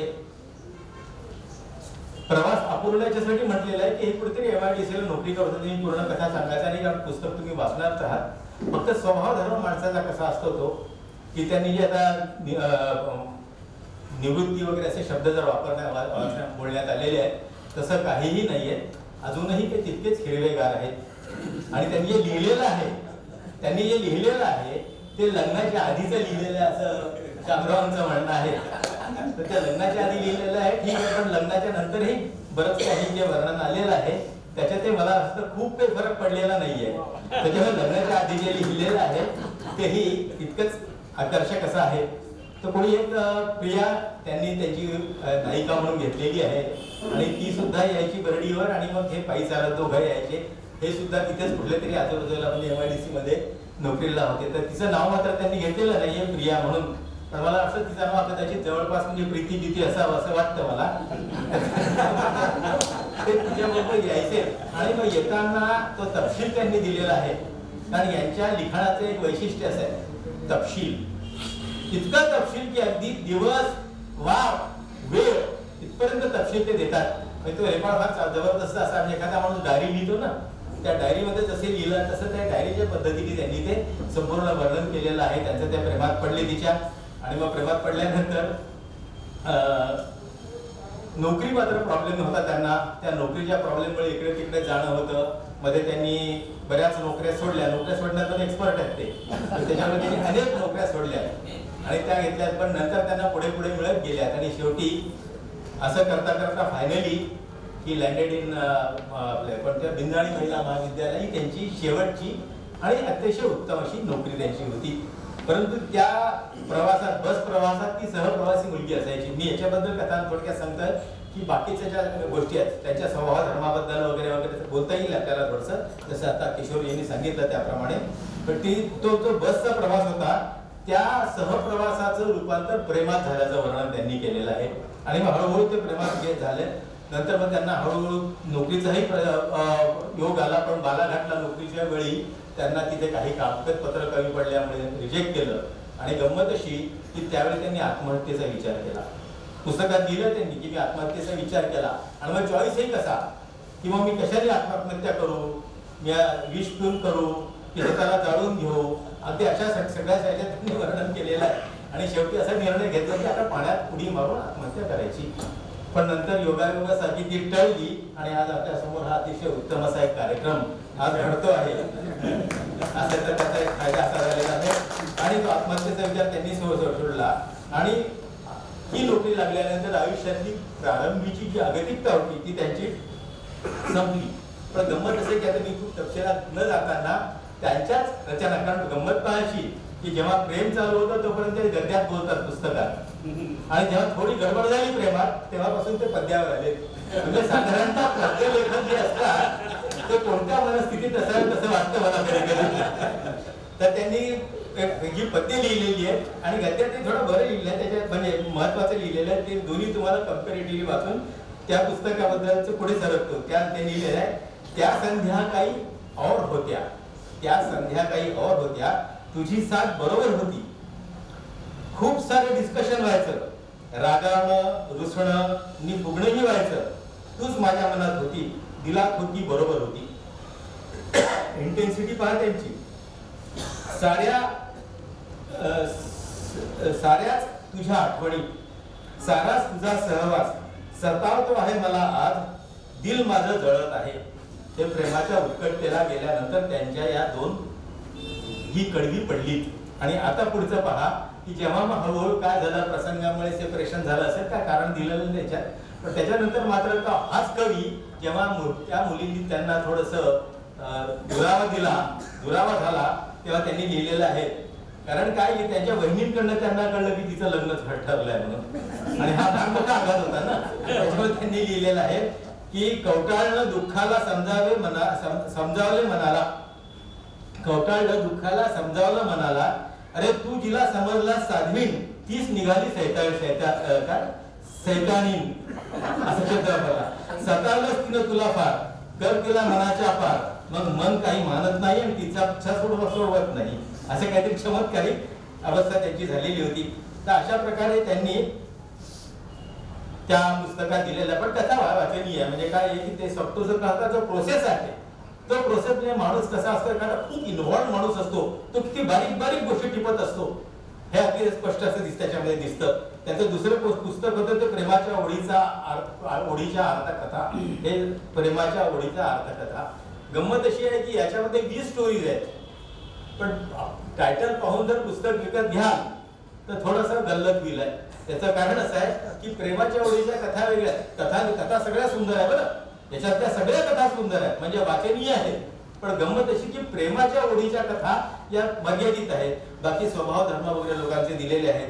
आणि अशा प्रकारे वेगवेगळे प्रसंग घेतले आहेत त्यांनी, आणि त्या प्रसंगांचं सुंदरसं वर्णन त्यांनी केलेलं आहे. आणि आता शेवटचं मला जे सांगायचं आहे ते म्हणजे जे मला आवडलं, त्या तिनातलं खूपच आवडलं ते म्हणजे मागे वळून पाहताना. आपण असं बायोग्राफी म्हणतो ना एखाद्याची, आत्मचरित्र, ते आत्मचरित्राचं स्वरूप आहे याचं, या पुस्तकाचं, मागे वळून पाहताना. आणि मागे वळून पाहतातही येते. तर अशा प्रकारचं हे जे आहे हे स्वरूप जे आहे ते मला आवडलं. याचं कारण काय की शब्दरचना सुंदर आहे. It's a biography. बायोग्राफी म्हणजे त्या माणसाने स्वतः प्रामाणिकपणे सगळं काही आपण काय काय केलं त्या सगळ्याच्या जीवनाचा पट त्यांनी तुमच्यासमोर मांडलेला आहे. आणि संपूर्ण, आणि त्याच्यामध्ये काय आहे की घरातली जी नाती आहेत त्या नात्यांचं वर्णन अतिशय सुंदर त्यांनी केलेलं आहे की कशी. आणि त्यांच्या लिखाणामध्ये एक दिसतं की त्यांना खरोखरच आपल्या पत्नीबद्दल त्यांनी लिहिलेलं आहे. आणि त्याच्याबद्दल त्यांचे तिची उत्कट प्रेम आहे बायकोबद्दलचं, ते प्रत्येक ठाई नातवाबद्दलचं प्रेम ते ठाई दिसतं. मुलाबद्दलचं आकर्षण हेही त्या प्रत्येक ठिकाणी आपल्याला दिसत असतं. आणि ही त्यांनी प्रत्येकाच्या बाबतीत आपली कृतज्ञता व्यक्त केली आहे. याचं कारण असं की त्यांनी जी घटना लिहिलेली ती कॅन्सरची घटना आहे की त्यांना कॅन्सर झाला होता. आणि मग कॅन्सरची ट्रीटमेंट त्यांनी घेतली. आणि ती घेत असताना जो काळ होता त्याच्यात त्यांना कोणी कशी मदत केली त्यांच्याप्रती त्यांनी कृतज्ञता व्यक्त केली. पण मला हे वाचत असताना एक गोष्टीचं मोठं आश्चर्य वाटलं. त्याचं कारण असं आहे की माझ्या मुलालाही, माझा जो मोठा मुलगा आहे अमेरिकेला, त्यालाही ब्लड कॅन्सर झाला होता. वयाच्या 33व्या वर्षी त्याला ब्लड कॅन्सर झाला होता आणि ट्रीटमेंट सुरू झाली. कारण काय, त्यांनी सुरुवातीला खूप निग्लेक्ट केलं, त्याला तो त्रास होत होता पण त्याच्या लक्षात येत नव्हता म्हणून त्यांनी दुर्लक्ष करत गेला. आणि अमेरिकेमध्ये डॉक्टरकडे जाणं फार कठीण असतं, कारण इन्शुरन्सशी लिंक असल्यामुळे पहिले कुठल्या तरी डॉक्टरला भेटा, त्याचं रेकमेंडेशन घ्या, ते कंपनी मानेल की नाही वगैरे. एनिवे, तर अशा प्रकारे त्याला झाला होता आणि it was a 4th stage cancer. त्याला 4थ्या स्टेजचा कॅन्सर झाला होता. आणि मी हे का सांगतोय, कंपॅरिझन म्हणून थोडं सांगतो आहे की त्याला 4थ्या स्टेजचा कॅन्सर झाला होता. ट्रीटमेंट झाली, त्याला 6 किमोथेरपी दिल्या, 6 वेळा किमो त्याला दिलं. आणि मग डॉक्टर त्याला म्हणाले की 6 झालंय, आमचं काम पूर्ण झालं, आता तुला जर हवं असेल तर 1-2 अजून घेऊन टाकतो, हा तुझा चॉईस आहे. त्यांनी घेतला नाही. 15 सालाची गोष्ट, 2015ची. ह्यांचं जेव्हा मी ऐकलं तेव्हा मला आश्चर्य वाटलं, धक्का बसला. याचं कारण यांना 20 किमोच्या सायकल्स दिल्या. 20 कुठे 6 मध्ये पूर्ण कॅन्सर क्युअर केला माझ्या मुलाचा त्यावेळी 15 साली, आणि इथे 20 सायकल्स. काय ही तफावत. आणि मागे असं माझ्या ऐकण्यात आलं होतं की कोणाचं तरी झालं त्याच्यात, तर त्याच्या ऑलरेडी 10 होऊन गेल्या, त्या अजून 4-5 शिल्लक आहे असं काही होतं बोलत होता. म्हणजे इंडियन डॉक्टरच्या ट्रीटमेंटचा स्वरूप पहा. क्युअर होणं वेगळा भाग, पण जो मुलगा 4थ्या स्टेजचा मुलगा ब्लड कॅन्सरचा 6 किमो मध्ये क्युअर होतो, तिथे 20 किमो तुम्ही त्याला अक्षरशः त्या पेशंटला छळायचं. हा प्रकार मला या पुस्तक वाचल्यानंतर ताबडतोब रिअलाइज झालं की काय हा प्रकार आहे. म्हणजे आपल्याकडचे डॉक्टर अक्षरशः त्या पेशंटला म्हणजे गिनीपिग समजतात की काय, अशी परिस्थिती आहे. आणि त्या डॉक्टरनी आमच्याकडे, म्हणजे अमेरिकेतल्या डॉक्टरनी सांगितल्यावर, तोही इंडियन होता बरं. अमेरिकेतला डॉक्टर म्हणजे काही खूप गोरा भरार आणि खूप वेगळा शिकलेला वगैरे असं काही नव्हतं. तोही इंडियन होता, इंडियन डिग्री घेऊनच आला होता. पण तिथल्या डिसिप्लिन मध्ये बसल्यानंतर त्यांनी त्या पद्धतीने केलं. आणि 6 नंतर त्यांनी स्पष्ट सांगितलं, तुला घ्यायचे असेल तर घे, पण माझं आता काम संपलेलं आहे, माझ्या दृष्टीने युअर क्युअर्ड. आणि त्या पद्धतीने त्यांनी केलं. आणि ही 15 सालची गोष्ट 22 आहे. तर स्थिती अशी आहे की हा जो प्रकार पाहिला, हा विषय मला थोडासा एक वेगळा वाटला. दुसरा एक गंमत विषय आहे की ह्यांनी मला वाटते MA केलं. तुम्ही MA मराठीत घेतलं ते, कशात घेतलं ते? नाही, गायधनी तुमच्यावर कुठे होते? कारण त्यांनी, तुम्ही काय काय केलेलं आहे की गायधनीचा किस्सा की सुधाकर गायधनी, ज्यांना आपण महाकवी म्हणतो, तर त्याचं त्या गंमत अशी त्यांनी सांगितलं असेल किस्सा. तर त्या किस्सा असा आहे की सुधाकर गायधनी महाकवी, बरं, त्यांना महाकवी हे लेबल लागलेलं आहे आणि त्यांनी अनेक लिहिलेलं. तर गंमत अशी की त्यांची पुस्तकं MAच्या कोर्समध्ये ठेवलेली, त्यांच्यात लिखाणात आलेले आहे. आणि त्यांच्या MAची पुस्तकं त्यांच्या कोर्समध्ये ठेवलेली. आणि स्वतः गायधनी विद्यार्थी, बरं, स्वतः गायधनी विद्यार्थी, आणि स्वतःच पुस्तक वाचून त्यांनी त्याच्यावर पेपर सोडवला आणि बॉर्डर लाईन मार्क मिळाले म्हणे, नापास अशी स्थिती आहे. चमत्कारिक अनुभव लोकांना येत असतात की बाबा. आणि ही बरेचदा ही आहे की त्याच्या इंटरप्रिटेशन अत्यंत वेगवेगळं असतं. आणि सगळ्या त्याच्यात म्हणजे आपले ग्रेस, कारण दुर्बोध आहे ते. दुर्बोध असल्यामुळे कोणी कोणत्या अँगलनी त्याला न्यायचं त्यांच्या काव्याला, ज्याचा त्याचा चॉईस आहे. असं हा एक चांगलं असतं. म्हणून मग असं बरेचदा झालं की मग ते कवी काय सांगतात, आम्ही स्वांत सोखाय लिहितो बा, तुमच्यासाठी लिहिलेलं नाहीये, टीका झाली तर, अशी एक स्थिती असते. पण अतिशय मार्मिक अशी गोष्ट आहे की ज्या माणसाने स्वतः रचना केली त्याला सुद्धा त्याचा अर्थ बरोबर लिहिता आला नाही असं म्हणा, किंवा ज्यांनी तपासलं त्याला तो बरोबर कळला नाही, असं काहीतरी असावं होतं, अशी स्थिती आहे. आणि दुसरी एक मला ह्यांच्यात गंमत वाटली की कुठल्या तरी लग्नाला तात्या टोपे हॉलला गेले होते. तो किस्सा मजेत आहे. कुठल्या तरी लग्नाला तात्या टोपे हॉलला गेले बायकोला घेऊन, आणि त्याच्यानंतर लग्न आटपून बाहेर आले आणि तिथून निघाले ते तात्या टोपे हॉल म्हणून. आता तुम्ही निघा, हा हळूहळू तुम्ही लक्षात ठेवा आता की तात्या टोपे हॉल म्हणून तुम्ही निघाले आणि शंकरनगर चौकापर्यंत पोहोचले. किती अंतर आहे? थोडं थोडं काय तर बरंच अंतर आहे शंकरनगर चौकापर्यंत. तिथे त्यांना कळलं की माझी बायको बसलीच नाहीये. आणि मग ते परत आले तेव्हा बायको म्हणे ऑटो ठरवत होती पुढे जायला, अशी स्थिती आहे. तर अशा प्रकारच्या गमती वाचनामध्ये ह्या आहेत. परंतु प्रामुख्याने जे मला त्याच्यात सांगायचं आहे की या माणसाचं लिखाण जे आहे ते सगळं लिखाण तुम्ही वाचा. हे कुठेतरी भावनांशी निगडित आहे. जसं त्याच्या पत्नीचा जसा मृत्यूचं जे वर्णन केलंय, मला खरोखरच गडबडून आलं की बा अशा प्रकारे, कारण त्यांचं वर्णनच फार सुंदर आहे. नातवाबद्दलचं वर्णन अतिशय सुंदर त्यांनी केलेलं आहे. मुलाबद्दल धड ओझरचं वर्णन आहेच आहे, परंतु पत्नी आणि नातवाबद्दल त्यांचं अतिशय प्रेम आहे आणि ते त्यांच्या शब्दात व्यक्त होतं. आणि म्हणून मला असं वाटतं की यांचं लिखाण जर कुठल्या कॅटेगरीत टाकायचं असेल तर भावपूर्ण लिखाण आहे यांचं. भावनांच्या दृष्टीने हात घालणारं असं लिखाण आहे. आणि दुसरी महत्वाची गोष्ट म्हणजे कुठलाही आड पडदा न ठेवता ते अत्यंत प्रामाणिक लिखाण करतात. असं नाही की मी आता हे लिहिलं तर तो काय म्हणेल आणि हा काय म्हणेल, याचं कारण तसं कुठेही नाहीये. म्हणजे एखादी त्यातली स्टोरी अशी पण आहे की कदाचित आपल्याला वाटेल की थोडी अश्लील असू शकते, पण तरी देखील तो प्रामाणिकपणा आहे की असं असं वाटलं आणि त्या पद्धतीने त्यांनी केलं, स्वतःच्या निवेदनात सांगितलं त्यांनी. त्याच्यामुळे ते एक लिखाण त्यांचं आहे. भाषा उत्तम आहे त्यांची. आणि दुसरी गोष्ट अशी आहे की काय म्हणावं याला, आता लेखक म्हटलं, ललित लेखक म्हटलं म्हणजे कुठेतरी ते साहित्याच्या कॅटेगरीत कुठे बसवायचं, काय अलंकारिक भाषा आहे वगैरे वगैरे अशा काही वर्गवारी पुस्तक का. मी थोडा विचार केला तेव्हा मला लक्षात आलं की आमच्याकडे अलंकारामध्ये एक अलंकार असतो, त्याच्यात हा हे बरोबर फिट होतात. आणि त्या अलंकाराचं नाव आहे स्वभावोक्ती. स्वभावोक्ती नावाचा अलंकार म्हणजे जी वस्तू जशी दिसेल तिचा जसा स्वभाव असेल तसा अगदी शब्दशः वर्णन करायचं आणि ती वस्तू तुमच्या समोर उभी करायची. तुम्ही जर यांचं वाचन कराल ना तर तुम्ही यांच्याबरोबर प्रवास करायला लागाल निश्चितपणे. इतकं व्यवस्थित याचं लिखाण झालेलं आहे. त्याच्यामुळे त्याला म्हणतात आपण जसं एक्झिस्टेन्शियलिझम म्हणतो याच्यामध्ये साहित्यामध्ये अस्तित्ववाद, तर अस्तित्ववादाच्याच थोड्याफार प्रमाणामध्ये यांचं जे लिखाण आहे ते कसं काय की जे आहे ते जसं आहे तसं लिहिलेलं आहे आणि ते तुम्हाला आपल्याबरोबर प्रवास करायला लावतात. बारकावेटीपणे हा त्यांचा स्वभाव आहे. आणि एक मी पाहिलं ते म्हणजे वाचताना सोडवत नाही. मी बरेचदा काहीतरी वाचत असायचं आणि माझं काहीतरी फोनचा डिस्ट्रॅक्शन म्हणा किंवा इतर कामाचं डिस्ट्रॅक्शन असायचं तरी देखील मी ते सोडवत नव्हतो. थोडा लेट जात होतो परंतु मी ते वाचून काढलं. अर्थात प्रेशरही होतं माझ्यावर की 4 दिवसात आहे. मी मला किती तारखेला 2-3 तारखेला काहीतरी दिलं तुम्ही मला सगळं 2 तारखेला दिलं आणि 7 तारीख होती आणि 3 पुस्तकं वाचून काढायची, बाकी सगळे कामं सांभाळत. तर हे थोडा प्रेशर होतं पण मी वाचलं आणि मला ते लिखाण खरंच आवडलं. आणि आवडल्यामुळे मी आज शामरावांना खरोखरच धन्यवाद देतो की अशा प्रकारे सांभाळत, कारण ते स्वतः त्यांचा व्यवसाय कोणता आहे आकडेमोडीचा आणि आकडेमोडीचं करत असताना अशा प्रकारचं साहित्य अर्थात त्यांनी हे आकडेमोडी करायच्या आधी लिहिलेलं आहे त्याच्यामुळे ते करू शकले. पण प्रेम करता करता साहित्याला वेळ मिळाला हे खरोखरच कौतुकास्पद आहे. कारण त्याच्या म्हणजे साहित्याचा विचार सुद्धा डोक्यात येऊ शकला, ती जागा ठिकाणी मिळाली त्यांना, ही खरोखरच आनंदाची बाब आहे. आमचे मित्र राम मंदिर त्यांचं असल्यामुळे माझ्या समोर राम मंदिराच्या स्वतःच्या मालकीचं त्यांचं मंदिर अशी इमेज श्यामची होती. श्यामची माझी बरेचदा भेटी व्हायची. इव्हन माझ्या ते बिलनाडी ते भेट झाली होती माझी श्यामची एकदा. तर अशा प्रकारे भेट तशी खूप वारंवार नव्हती, वरचेवरच अशी अधूनमधून व्हायची. परंतु त्यावेळी माझं इम्प्रेशन होतं. पण हे वाचल्यानंतर माझ्या लक्षात आलं की नाही, हे गृहस्थ लेखणी बहादर पण आहेत, छान लिहू शकतात. माझा 1-2 मिनिटं घेऊन मी तुम्हाला सांगतो म्हणजे कळेल आहे.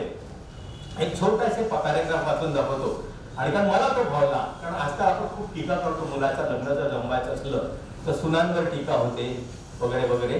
तर त्यांनी एक कथा घेतलेली, जनरल कथा घेतलेली आहे. त्या कथेच्या संदर्भामध्ये त्यांनी दिलेलं आहे की साधारणतः स्वभाव काळाचा स्वभाव कसा आहे. त्यांनी कुठल्याच व्यक्तीबद्दल बोलले नाही, काळाचा स्वभाव सांगितला आहे की आजकालच्या पोरींचा कल बदलत चालला आहे. शिक्षित, अगदी उच्च शिक्षित मुली सुद्धा सासरी नांदायला तयार नसतात. लग्नाच्या पहिलेपासूनच लग्नानंतरचा संपूर्ण प्लॅन तयार असतो. मुलीच्या आईचा मुलीला तन्मन धनाने पाठिंबा असतो. मुली उच्च शिक्षित असतात पण संस्कारित नसतात. शिक्षण आणि संस्कार या 2 भिन्न गोष्टी आहेत. शिक्षित जरी असल्या तरी उथळ मनाच्या भांबावलेल्या स्थिर नसलेल्या स्थितीत असतात. त्यामुळे अनुकूल निर्णय घेण्याची क्षमता गमावून बसलेल्या असतात आणि मग आई जसं म्हणेल तसं त्या वागतात. आई ही तशीच गोंधळलेल्या स्थितीत असेल तर मात्र हमखास चुकीचे निर्णय घेतला जातात. मुलीच्या बापाला फारसा बोलण्याचा स्कोप नसतो. मायलेकी समोर तो हतबल असतो, पूर्णपणे डॉमिनेट झालेला असतो. फक्त आदेशाचे पालन करणे आणि आंधळेपणाने पाठिंबा देणे एवढेच त्याच्या हातात असते, कारण त्याला घरात तमाशा नको असतो. पुन्हा मुलगी जर त्या आर्थिकदृष्ट्या स्वतंत्र असेल तर मी विचारायची सोयच नाही. नवऱ्यालाही गुंडाळून ठेवण्याची हिंमत बाळगणार. नकारात्मक विचार मारक ठरतात. आधीच लग्नाला उशीर झाला असतो, त्यामुळे सारं काही जमवून घेण्यात आणि मौन बाळगण्यात आनंद असतो. या सर्वात मुलांचे आई वडील आणि स्वतः मुलगा मात्र या मुलाचे आई वडील आणि स्वतः मुलगा मात्र भरडला जातो. अशा प्रकारचं वर्णन त्यांनी केलं. हे बरोबर बऱ्या वास्तवाच्या पुष्कळच जवळचं आहे. त्याला कारण असं आहे की कोणी वाईट असतं अशातला भाग नाही. जे करताच्या मुली त्याही वाईट असतात असं नाहीये, किंवा ती परिस्थिती तशी आलेली आहे की त्या परिस्थितीमुळे स्वातंत्र्य प्रत्येकाला थोडंफार हवं असतं. म्हणजे आपण म्हणतो की आपली स्पेस, शब्द आजकाल आहे की आय वॉन्ट माय स्पेस, मला स्वतःला काहीतरी माझं स्वतःचं हवं. आणि तुम्ही जर कुटुंबात असलात तर बाकीच्या म्हणून त्या पूर्वीच्या काळी एकत्रित कुटुंब होतं त्यावेळेस सगळं चालायचं. आता मात्र एकत्र कुटुंब पद्धती जवळपास विस्कटलेली आहे. त्यात सौभाग्याने नोकरीनिमित्त नवरा बाहेर असला तर ती त्याच्यावर चालली जाते, तिला स्वातंत्र्य असतं. पण जर एकत्र राहायची वेळ आली तर मात्र गोंधळ होतो. आणि त्यांनी स्वतः एक जी कथा या संदर्भात घेतलेली जी कथा आहे ती एका विणकर समाजातल्या माणसाच्या जीवनातली कथा आहे. तुम्ही जेव्हा वाचाल पुस्तक खरोखरच अतिशय म्हणजे ऑब्झर्वेशन एखाद्या माणसाचं कसं असतं आणि शब्दांकन कसं असतं त्या दृष्टीने मी सांगितलं. म्हणून पुनश्च या निमित्ताने मी शामरावांना धन्यवाद देतो की फार सुंदर आपण कॉन्ट्रीब्युशन केलेलं आहे. अशाच पुढे टिपत चला, वेगवेगळ्या गोष्टी म्हणजे वाचायलाही आनंद होईल. मला बोलवलं याबद्दल कृतज्ञता. धन्यवाद. नेहमीच एक वैशिष्ट्य आहे की ते जिथे जातात ते सभा जिंकणं हे चांदकरांचा स्वभाव आहे. आणि छोट्या गोष्टीतून ज्याला हजरजबाबीपणा म्हणतात आणि प्रासंगोचित जे बोलणं असतं ते सरांचं खरं खूपच छान. आणि कातुरकर काकांचं एक काम हलकं झालं त्याच्यामुळे पुस्तक आज विकत घ्यायला काही हरकत नाही आहे. आणि गलांडे काकांनी जे म्हटलं त्याप्रमाणे की पुस्तक विकत घ्यायची सवय आपण आता इथूनच सुरुवात करूया. सवलतीच्या दरातले काकांची पुस्तकं नक्की घेतल्या गेली पाहिजे. आणि ती कपाटातले शोभेची वस्तू न होता आपलं वाचून झाल्यावर दुसऱ्याला वाचायसाठी पण प्रेरित करणारी ठरावी. आजच्या कार्यक्रमाचे अध्यक्ष श्री प्रकाश एर्लावत 10 पुस्तकांची नोंदणी झालेली पण आहे. चला रेकॉर्ड ब्रेक आणि विरक्तीची काकांना गरज नाही कारण काकूंच्या माघारी त्यांनी ही 3 पुस्तकांची प्रसूती चांगली दिलेली आहे. पुस्तकं म्हणजे शेवटी अपत्यच असतात आणि ते सुद्धा त्यांच्या हिरव्या मनाचं प्रतीक आहे. आजच्या कार्यक्रमाचे प्रमुख अतिथी संस्कृत विद्यापीठातील माजी कुलगुरू डॉक्टर पंकज चांदे, डॉक्टर सतीश दंडे, माझे मित्र किशोर गलांडे आणि श्याम, उपस्थितांमध्ये प्रभुजी देशपांडे आहेत, ॲडव्होकेट सुनील पाळगीकर आहेत, गायक विजय बोरीकर आहेत, अंधाऱ्या मॅडम आहेत, बरेच जण ओळखीचे चेहरे आहेत. पुस्तकाबद्दल डॉक्टर पंकज चांदे आणि किशोर दोघे भरपूर बोलले. पुस्तकाबद्दल फार कमी बोलणार आहे. मी इथे का आलो आणि त्यांनी जे म्हटलं या संपूर्ण कार्यक्रमाची रचना आणि योजना मी केली. आणखीन एकाचं नाव मला घेतलं पाहिजे म्हणजे अरुण जोशी समोर असला, तोही आमच्या बरोबर प्रायमरी शाळेमध्ये होता. कार्यक्रमाचा अध्यक्ष आणि संपूर्ण कार्यक्रमाचं संयोजन मीच केलेलं आहे. याला नाही म्हटलं होतं दुसरं कोणीतरी ठेवलं तूच पाहिजे. याच्या मागे माझ्या मनातले एक असोशी होते. श्याम हा माझा बालमित्र, कॉलेजमधली मैत्री, व्यवसायातली मैत्री, कलिग्स बरोबरची मैत्री, संस्थांमधली मैत्री ही विसरल्या जाते. किंवा ती मैत्री असतेच असं नाही, ती तडजोड असते. पण बालमैत्री कधी विसरू शकत नाही. श्याम, मी आणि एकेरी नावाने एकदाच हाक मारतोय, मला माफ करा, आणि पंकज, आम्ही तिघही एका मोहल्ल्यात राहणार. लहान आहेत आमच्यापेक्षा 3 वर्षांनी. आनंद टॉकीज समोरची जोधराज भवनची गल्ली, मदन गोपाल अग्रवाल यांचं घर ज्या ठिकाणी होतं आहे त्या जोधराज भवनच्या गल्लीतलं टोकावरचं घर चांद्यांचं. थोडं आतमध्ये गेल्यानंतर डावीकडे वळून पुढे उजवीकडे वळलं की फ्रूट गल्लीमध्ये 84च्या चाळीमध्ये आमचं बिराड आणि आमच्या समोर पॅरलल असलेला आनंद टॉकीज समोरून भाजी मंडीकडे जाणारा जो रस्ता आहे त्या रस्त्यावर कातुरकरांचं राम मंदिर. ही स्थळांची जवळ जी आहे ही मनांची झालेली आहे. इथे लोकांच्या शाळेच्या विद्यार्थिनी असतील तर त्यांना आणखीन सांगतो आम्ही, लोकांच्या शाळेच्या मुख्याध्यापिका ज्या नाही आहेत ज्योत्स्ना साठे, त्याही आमच्या बरोबर साथ द्यायला होत्या त्या काळात. मायाची शिदोळे आहे ती. आम्ही सगळे बर्डीवरचे बाशिंदे आहोत. बर्डी हे वैशिष्ट्यपूर्ण अशी ती वस्ती आहे. ज्यावेळेला पश्चिम नागपूर नव्हतं त्यावेळेला बर्डी होती. पूर्व नागपूर तर होतच होत, पण पूर्व नागपुराच्या नंतर जी वस्ती निर्माण झाली अलीकडे पुलाच्या या बाजूला, ही सुरुवात बर्डी पासून झाली आहे. म्हणजे नागपूरच्या आधुनिकीकरणाची सुरुवात ही बर्डी पासून झाली आहे सांगताना मला अभिमान वाटतो. बालपणचा सगळा काळ माझ्या डोळ्यासमोरून गेला. शांत राम मंदिर जे आहे त्या राम मंदिरामध्ये आमचं बालपण गेलेलं आहे. पातूरकरांचं राम मंदिर आहे संपूर्ण टेकडी लाईन पासून तर खाली जोशीवाडी पर्यंत, आणि तिकडे महाजन चाळीपासून तर डावीकडे पुलापर्यंत फेमस होतं मंदिर. त्या मंदिरामध्ये आम्ही खेळलो आहे, बागडलो आहे, भांडलो आहे, नाचलो आहे, लोळलो पण आहे.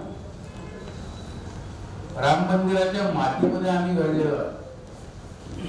पातूरकरांचं राम मंदिर हे 350 वर्ष जुनं आहे. पुष्कळी मंदिर आहे म्हणतात. या मंदिरामध्ये आमच्या मनाची सांस्कृतिक जडणघडण झाली.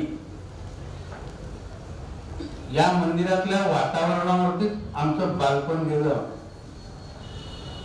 वस्तुतः मी बर्डीवरती फक्त 11 वर्ष राहिला. माझ्या जन्मापासून 11व्या वर्षापर्यंत 1948 ते 1959 एवढा काळ बर्डीवर गेला. पण त्याच मंदिरामध्ये अनेक कीर्तन ऐकले, विशेष करून बाबासाहेब सार्डेकरांचं कीर्तन, गजानन बुवा मराठ्यांचं कीर्तन, निजामपूरकर बुवांचं कीर्तन, ही कीर्तनं तिथे ऐकली बालपणी. लक्ष्मीबाई केळकर मावशी राष्ट्रसेविका समितीच्या संस्थापिका, त्यांची प्रवचनं तिथे ऐकली. ही सगळी जडणघडण पातूरकरांच्या राम मंदिरात झालेली. काळ्या पाषाणातल्या त्या मूर्ती आणि राम मंदिराचं एक वैशिष्ट्य असायचे, त्या राम मंदिरामध्ये नागपुरात कुठेही नाही अशी एक गोष्ट आहे. किती जणांनी नोंदवली मला ठाऊक नाही. मंदिराच्या प्रांगणामध्ये जो स्तंभ आहे कुलगुरू महोदय, त्या स्तंभावरती गरुड खांब म्हणतात त्याला, त्या स्तंभावर दशावतार कोरलेले आहेत. हे किती जणांच्या लक्षात आहे मला ठाऊक नाही. दशावतारांची शिल्प असलेलं नागपुरातलं ते वन अँड ओनली वन एकमेव मंदिर आहे. त्यावर लिहायचं राहून गेला मला, मी लिहीन केव्हा तरी नक्की. या राम मंदिरच्या परिसरामध्ये आम्ही वाढलो. आठवणी खूप दाटून येतात. कोण होतो आमच्या बरोबर? डेनेट कंपनीचे मुजुमदार आमच्या घरासमोर राहायचे, दयानंद बुक डेपो, त्यांचं सेंट्रल बुक स्टॉल उल्हास आहेत ते. नागपुरातल्या चांद्रसेनीय कायस्थ प्रमुख सभेचे पहिले अध्यक्ष दादासाहेब देशमुख, ज्यांचं सरस्वती प्रेस आहे, ते तिथे राहिले. डॉक्टर हरीश कुलकर्णी प्रभूजी आमच्या गल्लीमध्ये एमबीबीएसला असताना राहायचे. बँकर स्पोर्ट्स क्लबचे अध्यक्ष प्रल्हाद मुले, पीटी मुले, हे आमच्या गल्लीमध्ये राहायचे. ही सगळी जुन्या बर्डीची आठवण आहे. दळणघडण झाली. श्यामची माझी तिथे झाली. श्यामची पुस्तकं जी लिहिलेली आहेत त्यांनी, त्यावरून त्याचा गंमत अशी की 59 मध्ये आम्ही नागपूर सोडलं.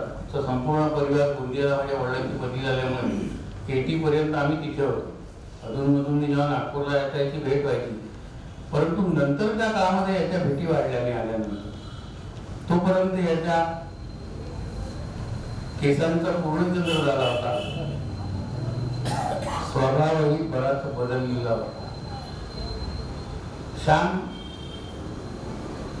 हा मुळामध्ये तसा भक्तिमार्गी आहे, संस्काराचा. त्याचे आई वडील सगळे आठवतात. त्याचे भाऊ नाथास, श्रीधर, रामदास आमच्यापेक्षा मोठे होते, पण बरोबरीच्या नात्याने सगळे वावरत असत. याची पुतणी रेणुका माझ्या शाळेतली विद्यार्थिनी आहे, पातुरकरांचं राम मंदिर हे सीताबर्डीवरचं सांस्कृतिक केंद्र होतं हे मला आपल्याला सांगायचं. नुसतं देऊळगाव नव्हतं ते, रामजन्म तर व्हायचाच. पातुरकरांच्या राम मंदिरासमोर असलेल्या पिंपळाच्या झाडाचं वर्णन यांनी केलेलं आहे. नागपुराच्या सर्कशी यांच्या त्या टेकडीच्या पायथ्याशी असलेल्या ग्राउंडवरती उतरायच्या टाका इथे सुभाष बाबूंचा पुतळा आहे. त्या सर्कशीतले हत्ती सकाळी पातुरकरांच्या राम मंदिरासमोरच्या पिंपळाच्या झाडाची पानं खायला यायचे आणि इन रिटर्न सर्कसवाले पास द्यायचे आणि मस्तपैकी समोर बसून सर्कस पाहिजे. त्यासाठी श्यामची मैत्री थोडी घट्ट करावी लागली होती. पण हा आमच्या सर्व मित्रांमध्ये अतिशय शामळू होता. लहान, फार कमी बोलायचा, जास्त बोलायचा नाही, पण त्याच्या मनामध्ये काहीतरी खळबळ सतत सुरू असायची. काय असेल ते असो. त्या वयामध्ये काय विचारणार, ते वयही नव्हतं काही समजून घ्यायचं.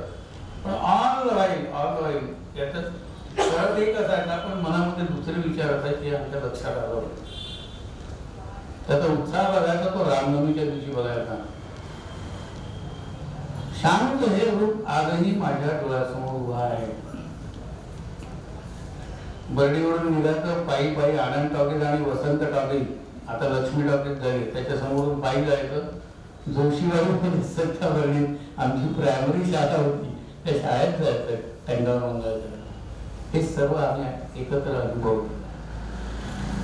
श्यामची पुस्तकं वाचल्यानंतर तो काळ माझ्या लक्षात आला, आठवणीत आला. या सर्व तीनही पुस्तकांचा एक स्थायी भाव सगळ्यांच्या लक्षात आला असेल तर तो आहे प्रेम.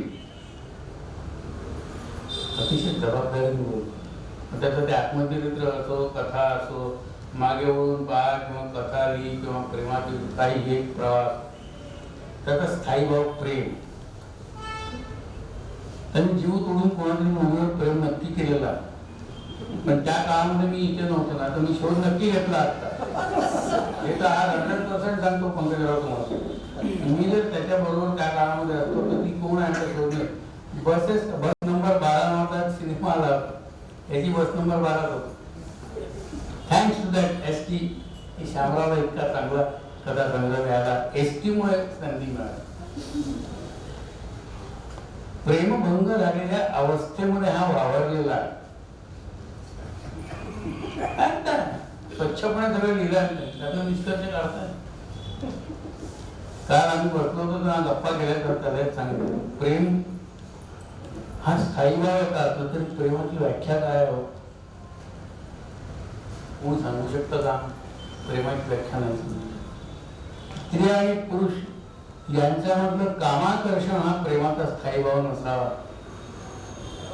तो असतोच, ती नैसर्गिक आहे, परंतु प्रेमाच्या मागे समर्पणशीलता असली पाहिजे तर ते प्रेम खरं. अन्यथा ते डोंगर यांनी ढोंग केलेलं नाहीये हे मला माहिती. कालच मी याच्याशी बोलताना बोललो, युगा मागून चालली रे युगे, किती करू भास करा वंचना, पृथ्वीचं प्रेमगीत. कुसुमाग्रज यांची कविता आहे, सुंदर कविता, मोठी या पाठ आहे मी म्हणणार नाही. पृथ्वीकडे होऊन सर्व ग्रह आणि तारे तिच्याकडे आकर्षित होतात, पण ती सगळ्यांना झटकून देते. दूर आहे तो, त्याच्या जवळ सुद्धा जाता येत नाही, पण पृथ्वी त्याच्या प्रेमात पडली आहे. तिच्या तोंडी ओळी आहेत कुसुमाग्रजांच्या, नको क्षुद्र शृंगार तो दुर्बळांचा, तुझी दूरता त्याहून सार. हे जे दुर्बळ आहेत यांचा क्षुद्र असा शृंगार मला नको. तो दूर राहिला तरी चालेल, पण माझं प्रेम तुझ्यावर. हा दूरच राहिला ना शेवटपर्यंत. प्रेम आणि मरण नावाच्या कवितेचंही मी त्याला उदाहरण दिलं. राम गणेश गडकरांची, गोविंदागरे यांची कविता आहे. एक झाड असतं विस्तीर्ण मैदानामध्ये मोठं, त्या झाडावर तिथल्या अनेक वेली प्रेम करत असतात. खुरटी खुरटी झुडपं असतात तिथे समाजामध्ये जशी आज आहेत तशी. तर वेली मरतात त्याच्यावर, पण एक दिवस का कोणास ठाऊक आकाशातलं वीज चमकते ती त्याला दिसते झाडाला, आणि तो त्या विजेच्या प्रेमात पडतो. आणि विजेच्या प्रेमात पडणारं झाड संकल्पना बघा, भाषा प्रभू होते गडकरी. गगनातील चंचल बाळा ती बघितली आणि झाड बिनसलं झाडात.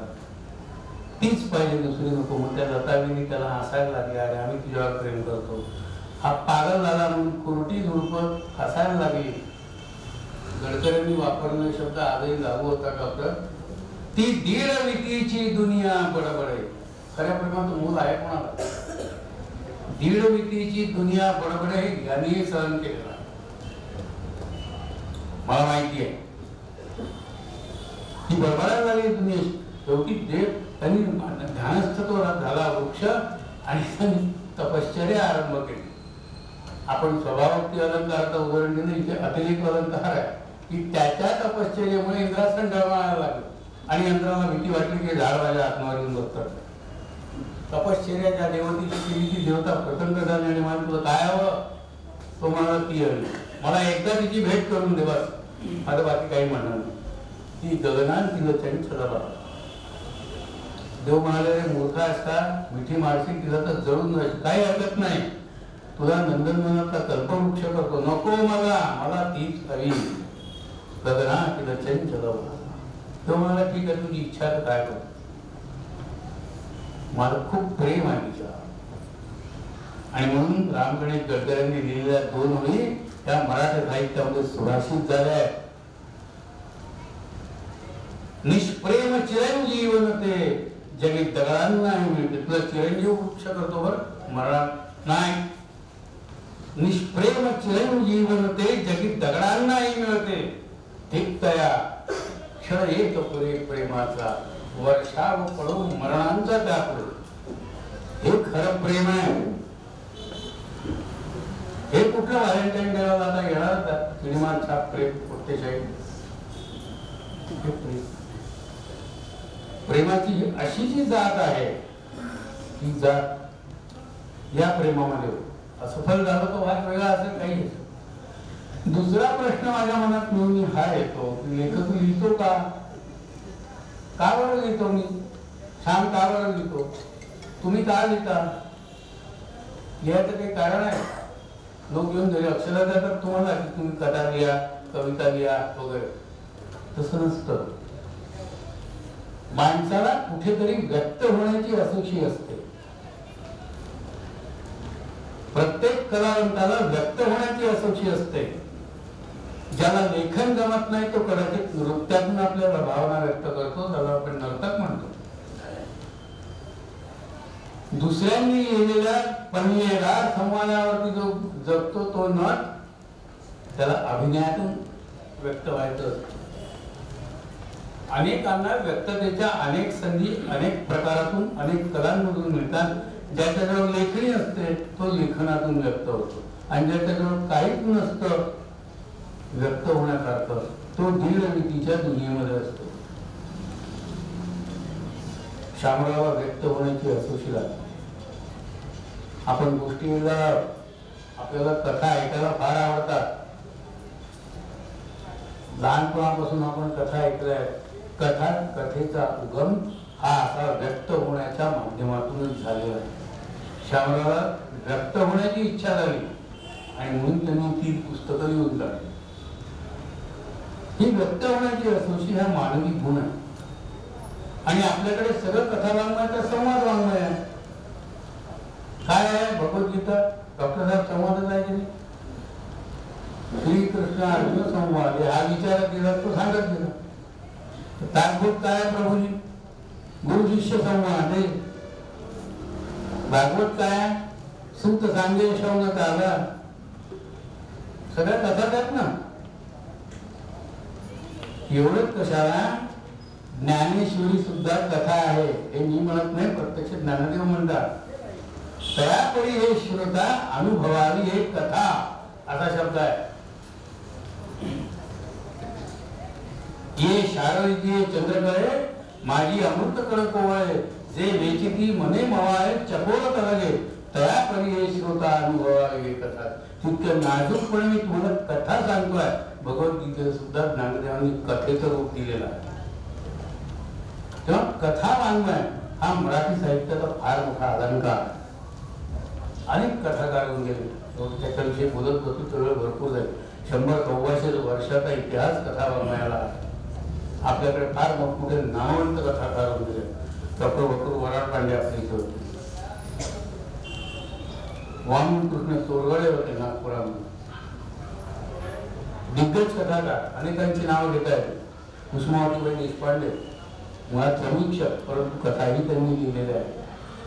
असे दिग्गज कथाकार विदर्भामध्ये होऊन गेलेले आहेत, महाराष्ट्रात होऊन गेलेले आहेत, जगामध्ये होऊन गेले. त्या कथाकारांची पाऊलवाट चोखात शामराव पुढे गेले. भाष्यकारा ते वाट पुसत होती. आता तो कथासंग्रह कसा झाला आणि कसा नाही या विषयावरती आपण बोललो, पण कथेचा परीक्षक त्याचा वाचक असतो. एखादा कथासंग्रह, एखादी कविता तुम्ही लिहिली किंवा काही नाटक लिहिलं आणि ते एकदा पब्लिक समोर गेलं की ते तुमचं राहत नाही, ते लोकांचं होतं. त्यामुळे ज्याला जसं आवडेल तसं तो बोलतो, तेव्हा ते आपल्याला सगळं सहन करावं. लेखक म्हणून मला हा अनुभव आहे. आणि म्हणून लेखकांनी, कथाकारांनी कुठल्याही प्रतिक्रियेवर स्वतःची प्रतिक्रिया देऊ नये. बोलणाऱ्यांनी सुद्धा शामरावच्या कथांवरती अनेक प्रतिक्रिया येतील.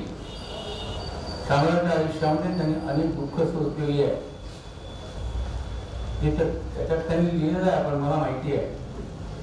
पत्नी विवाहातही दुःख झालं, पण इथे आपण तुम्ही असं की इथे आल्यानंतर याची बायको आणि माझी बायको त्या दोघी कॉलेजमधल्या मैत्रिणी असं नंतर कळलं.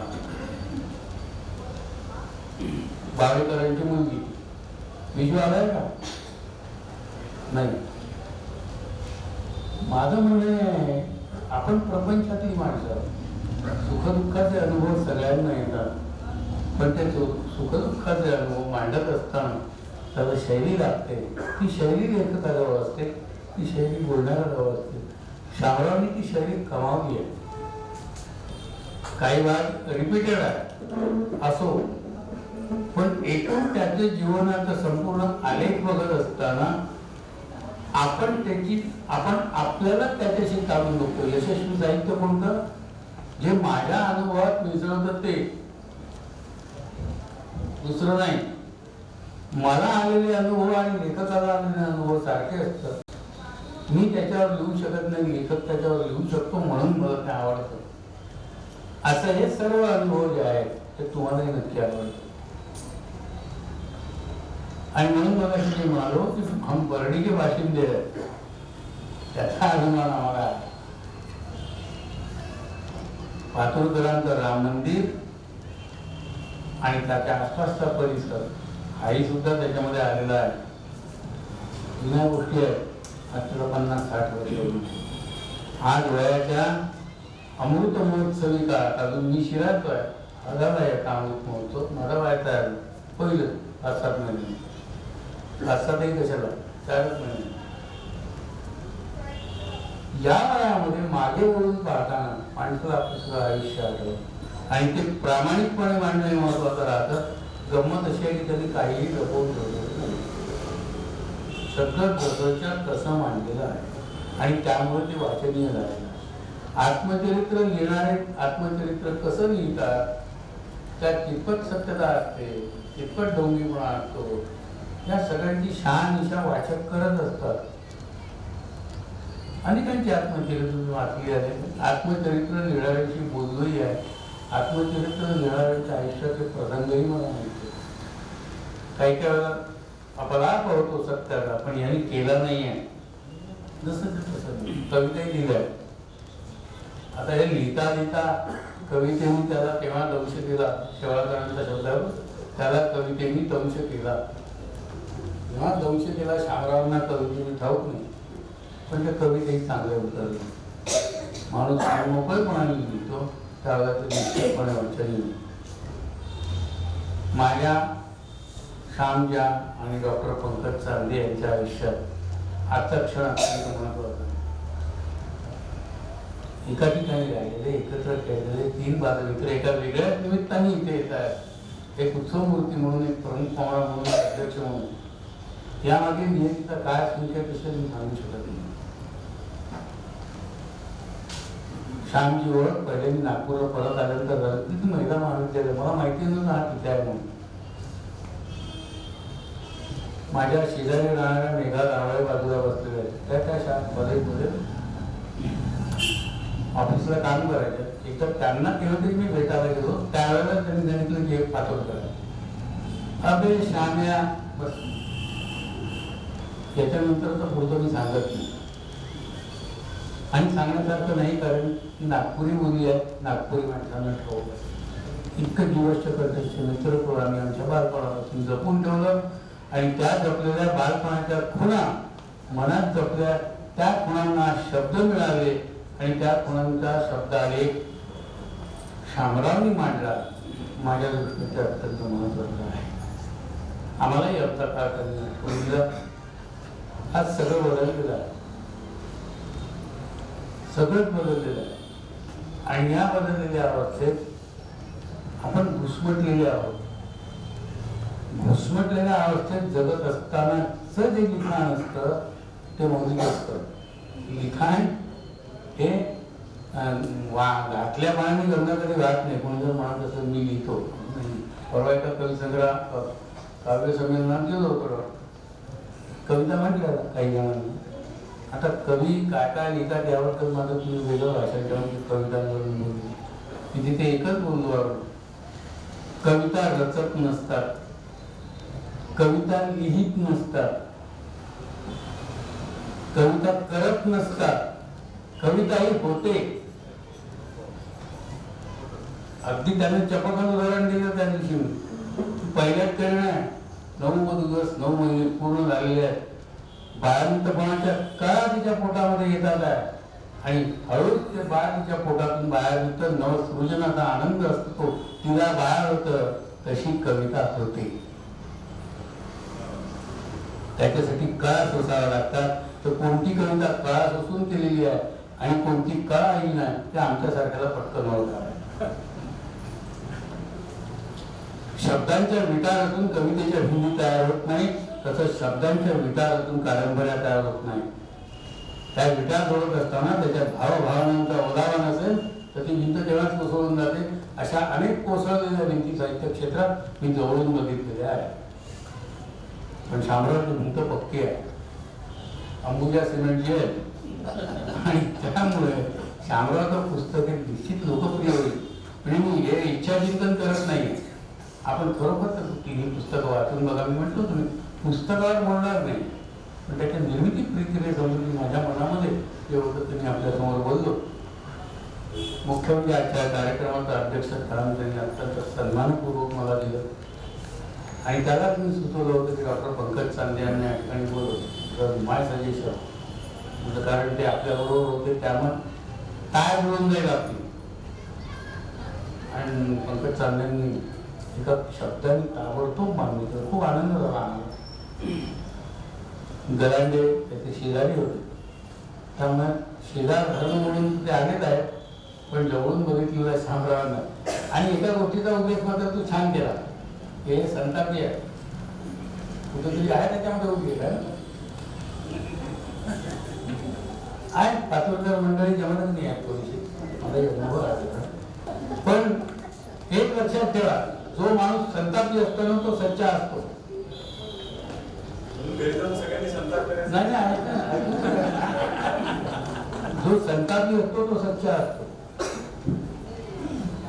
कभी कभी गिरना भी अच्छा होता है, हरिवंश राय बच्चन की कविता है. कभी कभी गिरना भी अच्छा होता है, अपने औकात का पता चलता है. उठते हाथ जब समझने को तो अपनों का पता चलता है. कभी कभी गिरना भी अच्छा होता है, अपने औकात का पता चलता है. उठते हाथ जब समझने को तो अपनों का पता चलता है. वो सच होते हैं जिन्हें गुस्सा आता है, वो सच होते हैं जिन्हें गुस्सा आता है. झूठों को तो हमने मुस्कुराते हुए देखा है. माझी कविता नाही, हरिवंश राय बच्चनची कविता आहे. जीवनातले एक सदाबहार सत्य बच्चनजीने त्याच्यामध्ये सांगितलं आहे. श्याम संतापी आहे, खोटा नाही आणि खोटा नसल्यामुळे अत्यंत खरेपणाने त्यांनी लिहिलाय. त्याचा आपण सर्व स्वागत करूया आणि यापुढेही चांगलं लिखाण करावं अशा शुभेच्छा द्यायला देऊया.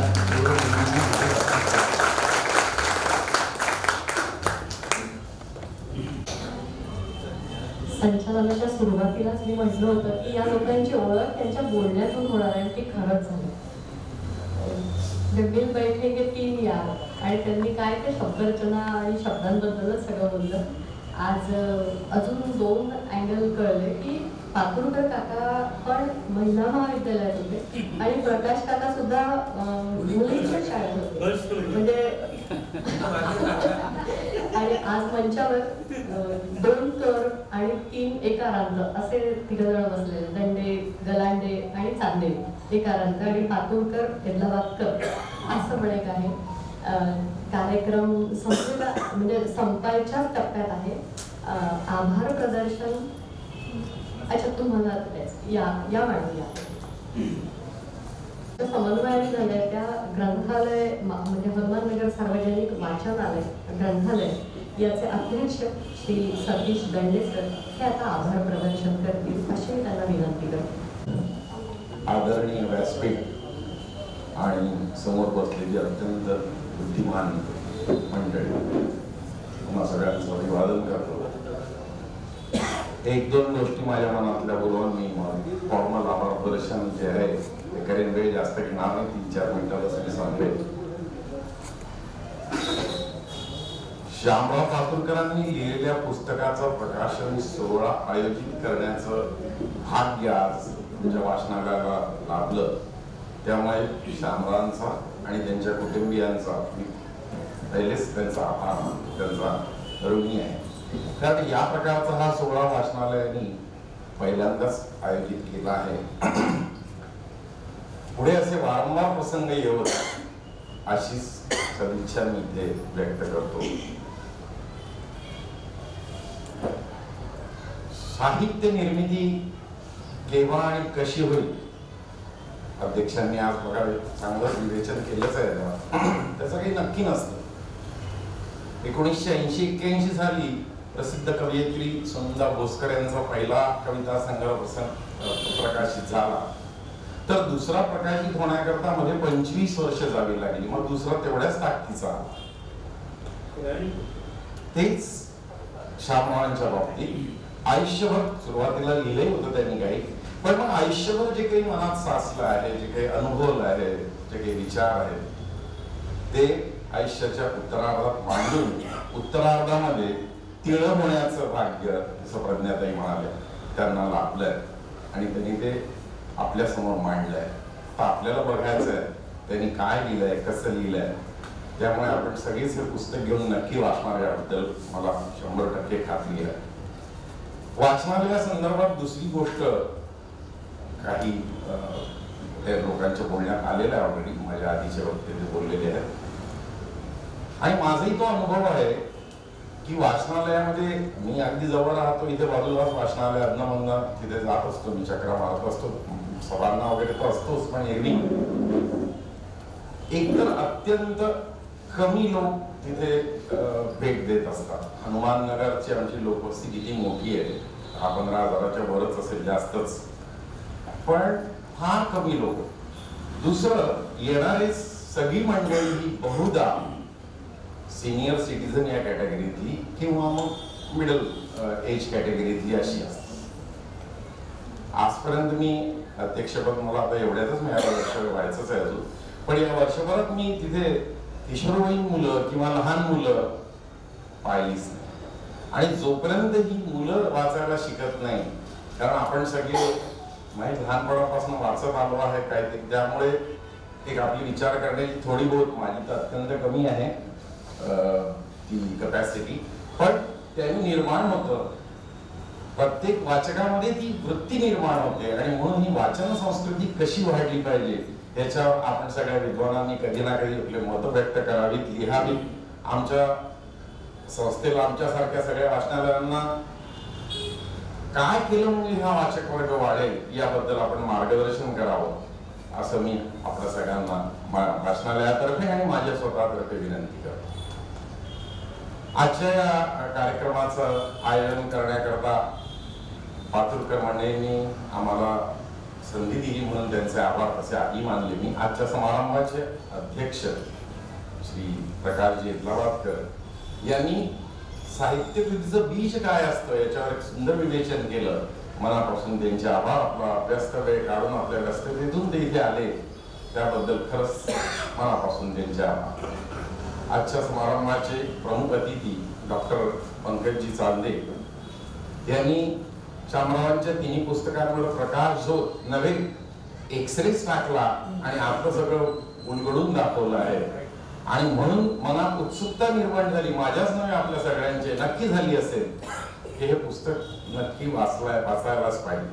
विकत घेऊन नाहीतर कमीत कमी कुठून तरी बोरो करून त्याकरता तरी वाचनालयात आम्ही नक्की ठेवणार या पद्धतीने.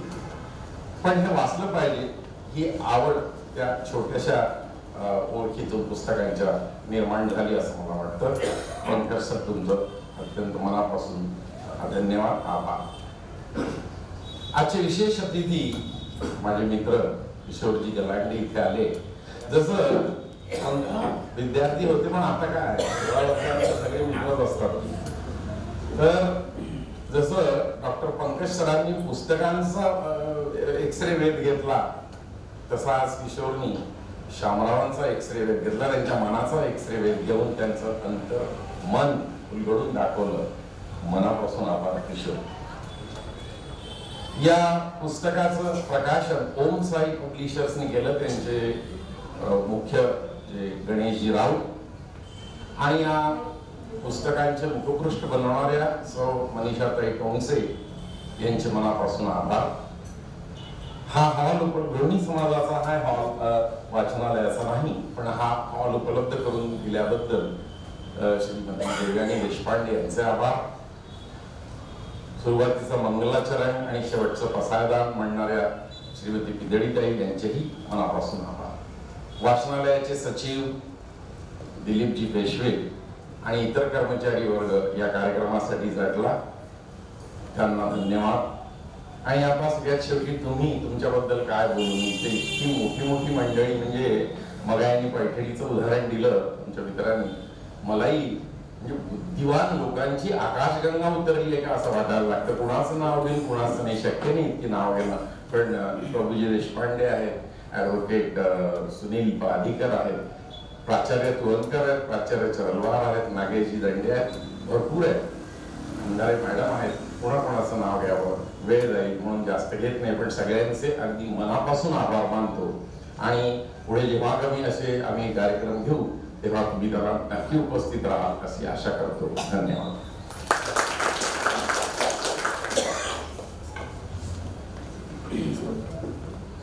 धन्यवादासाठी धन्यवाद सर.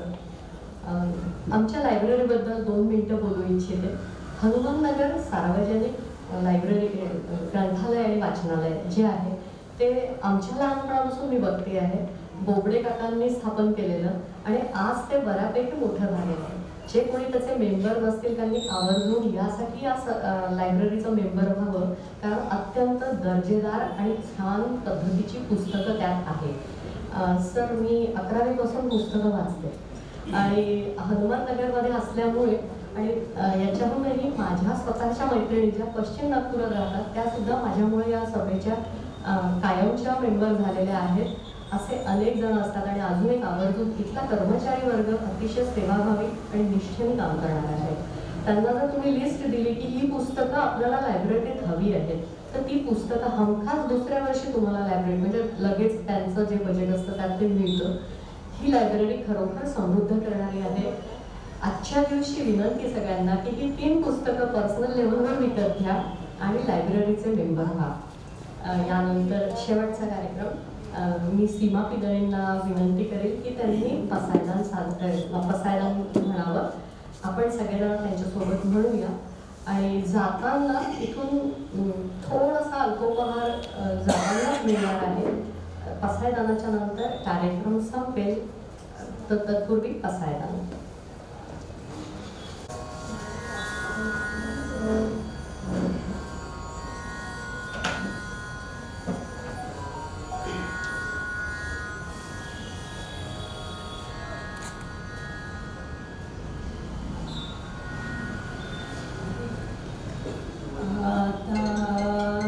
विश्वात्मके देवे ये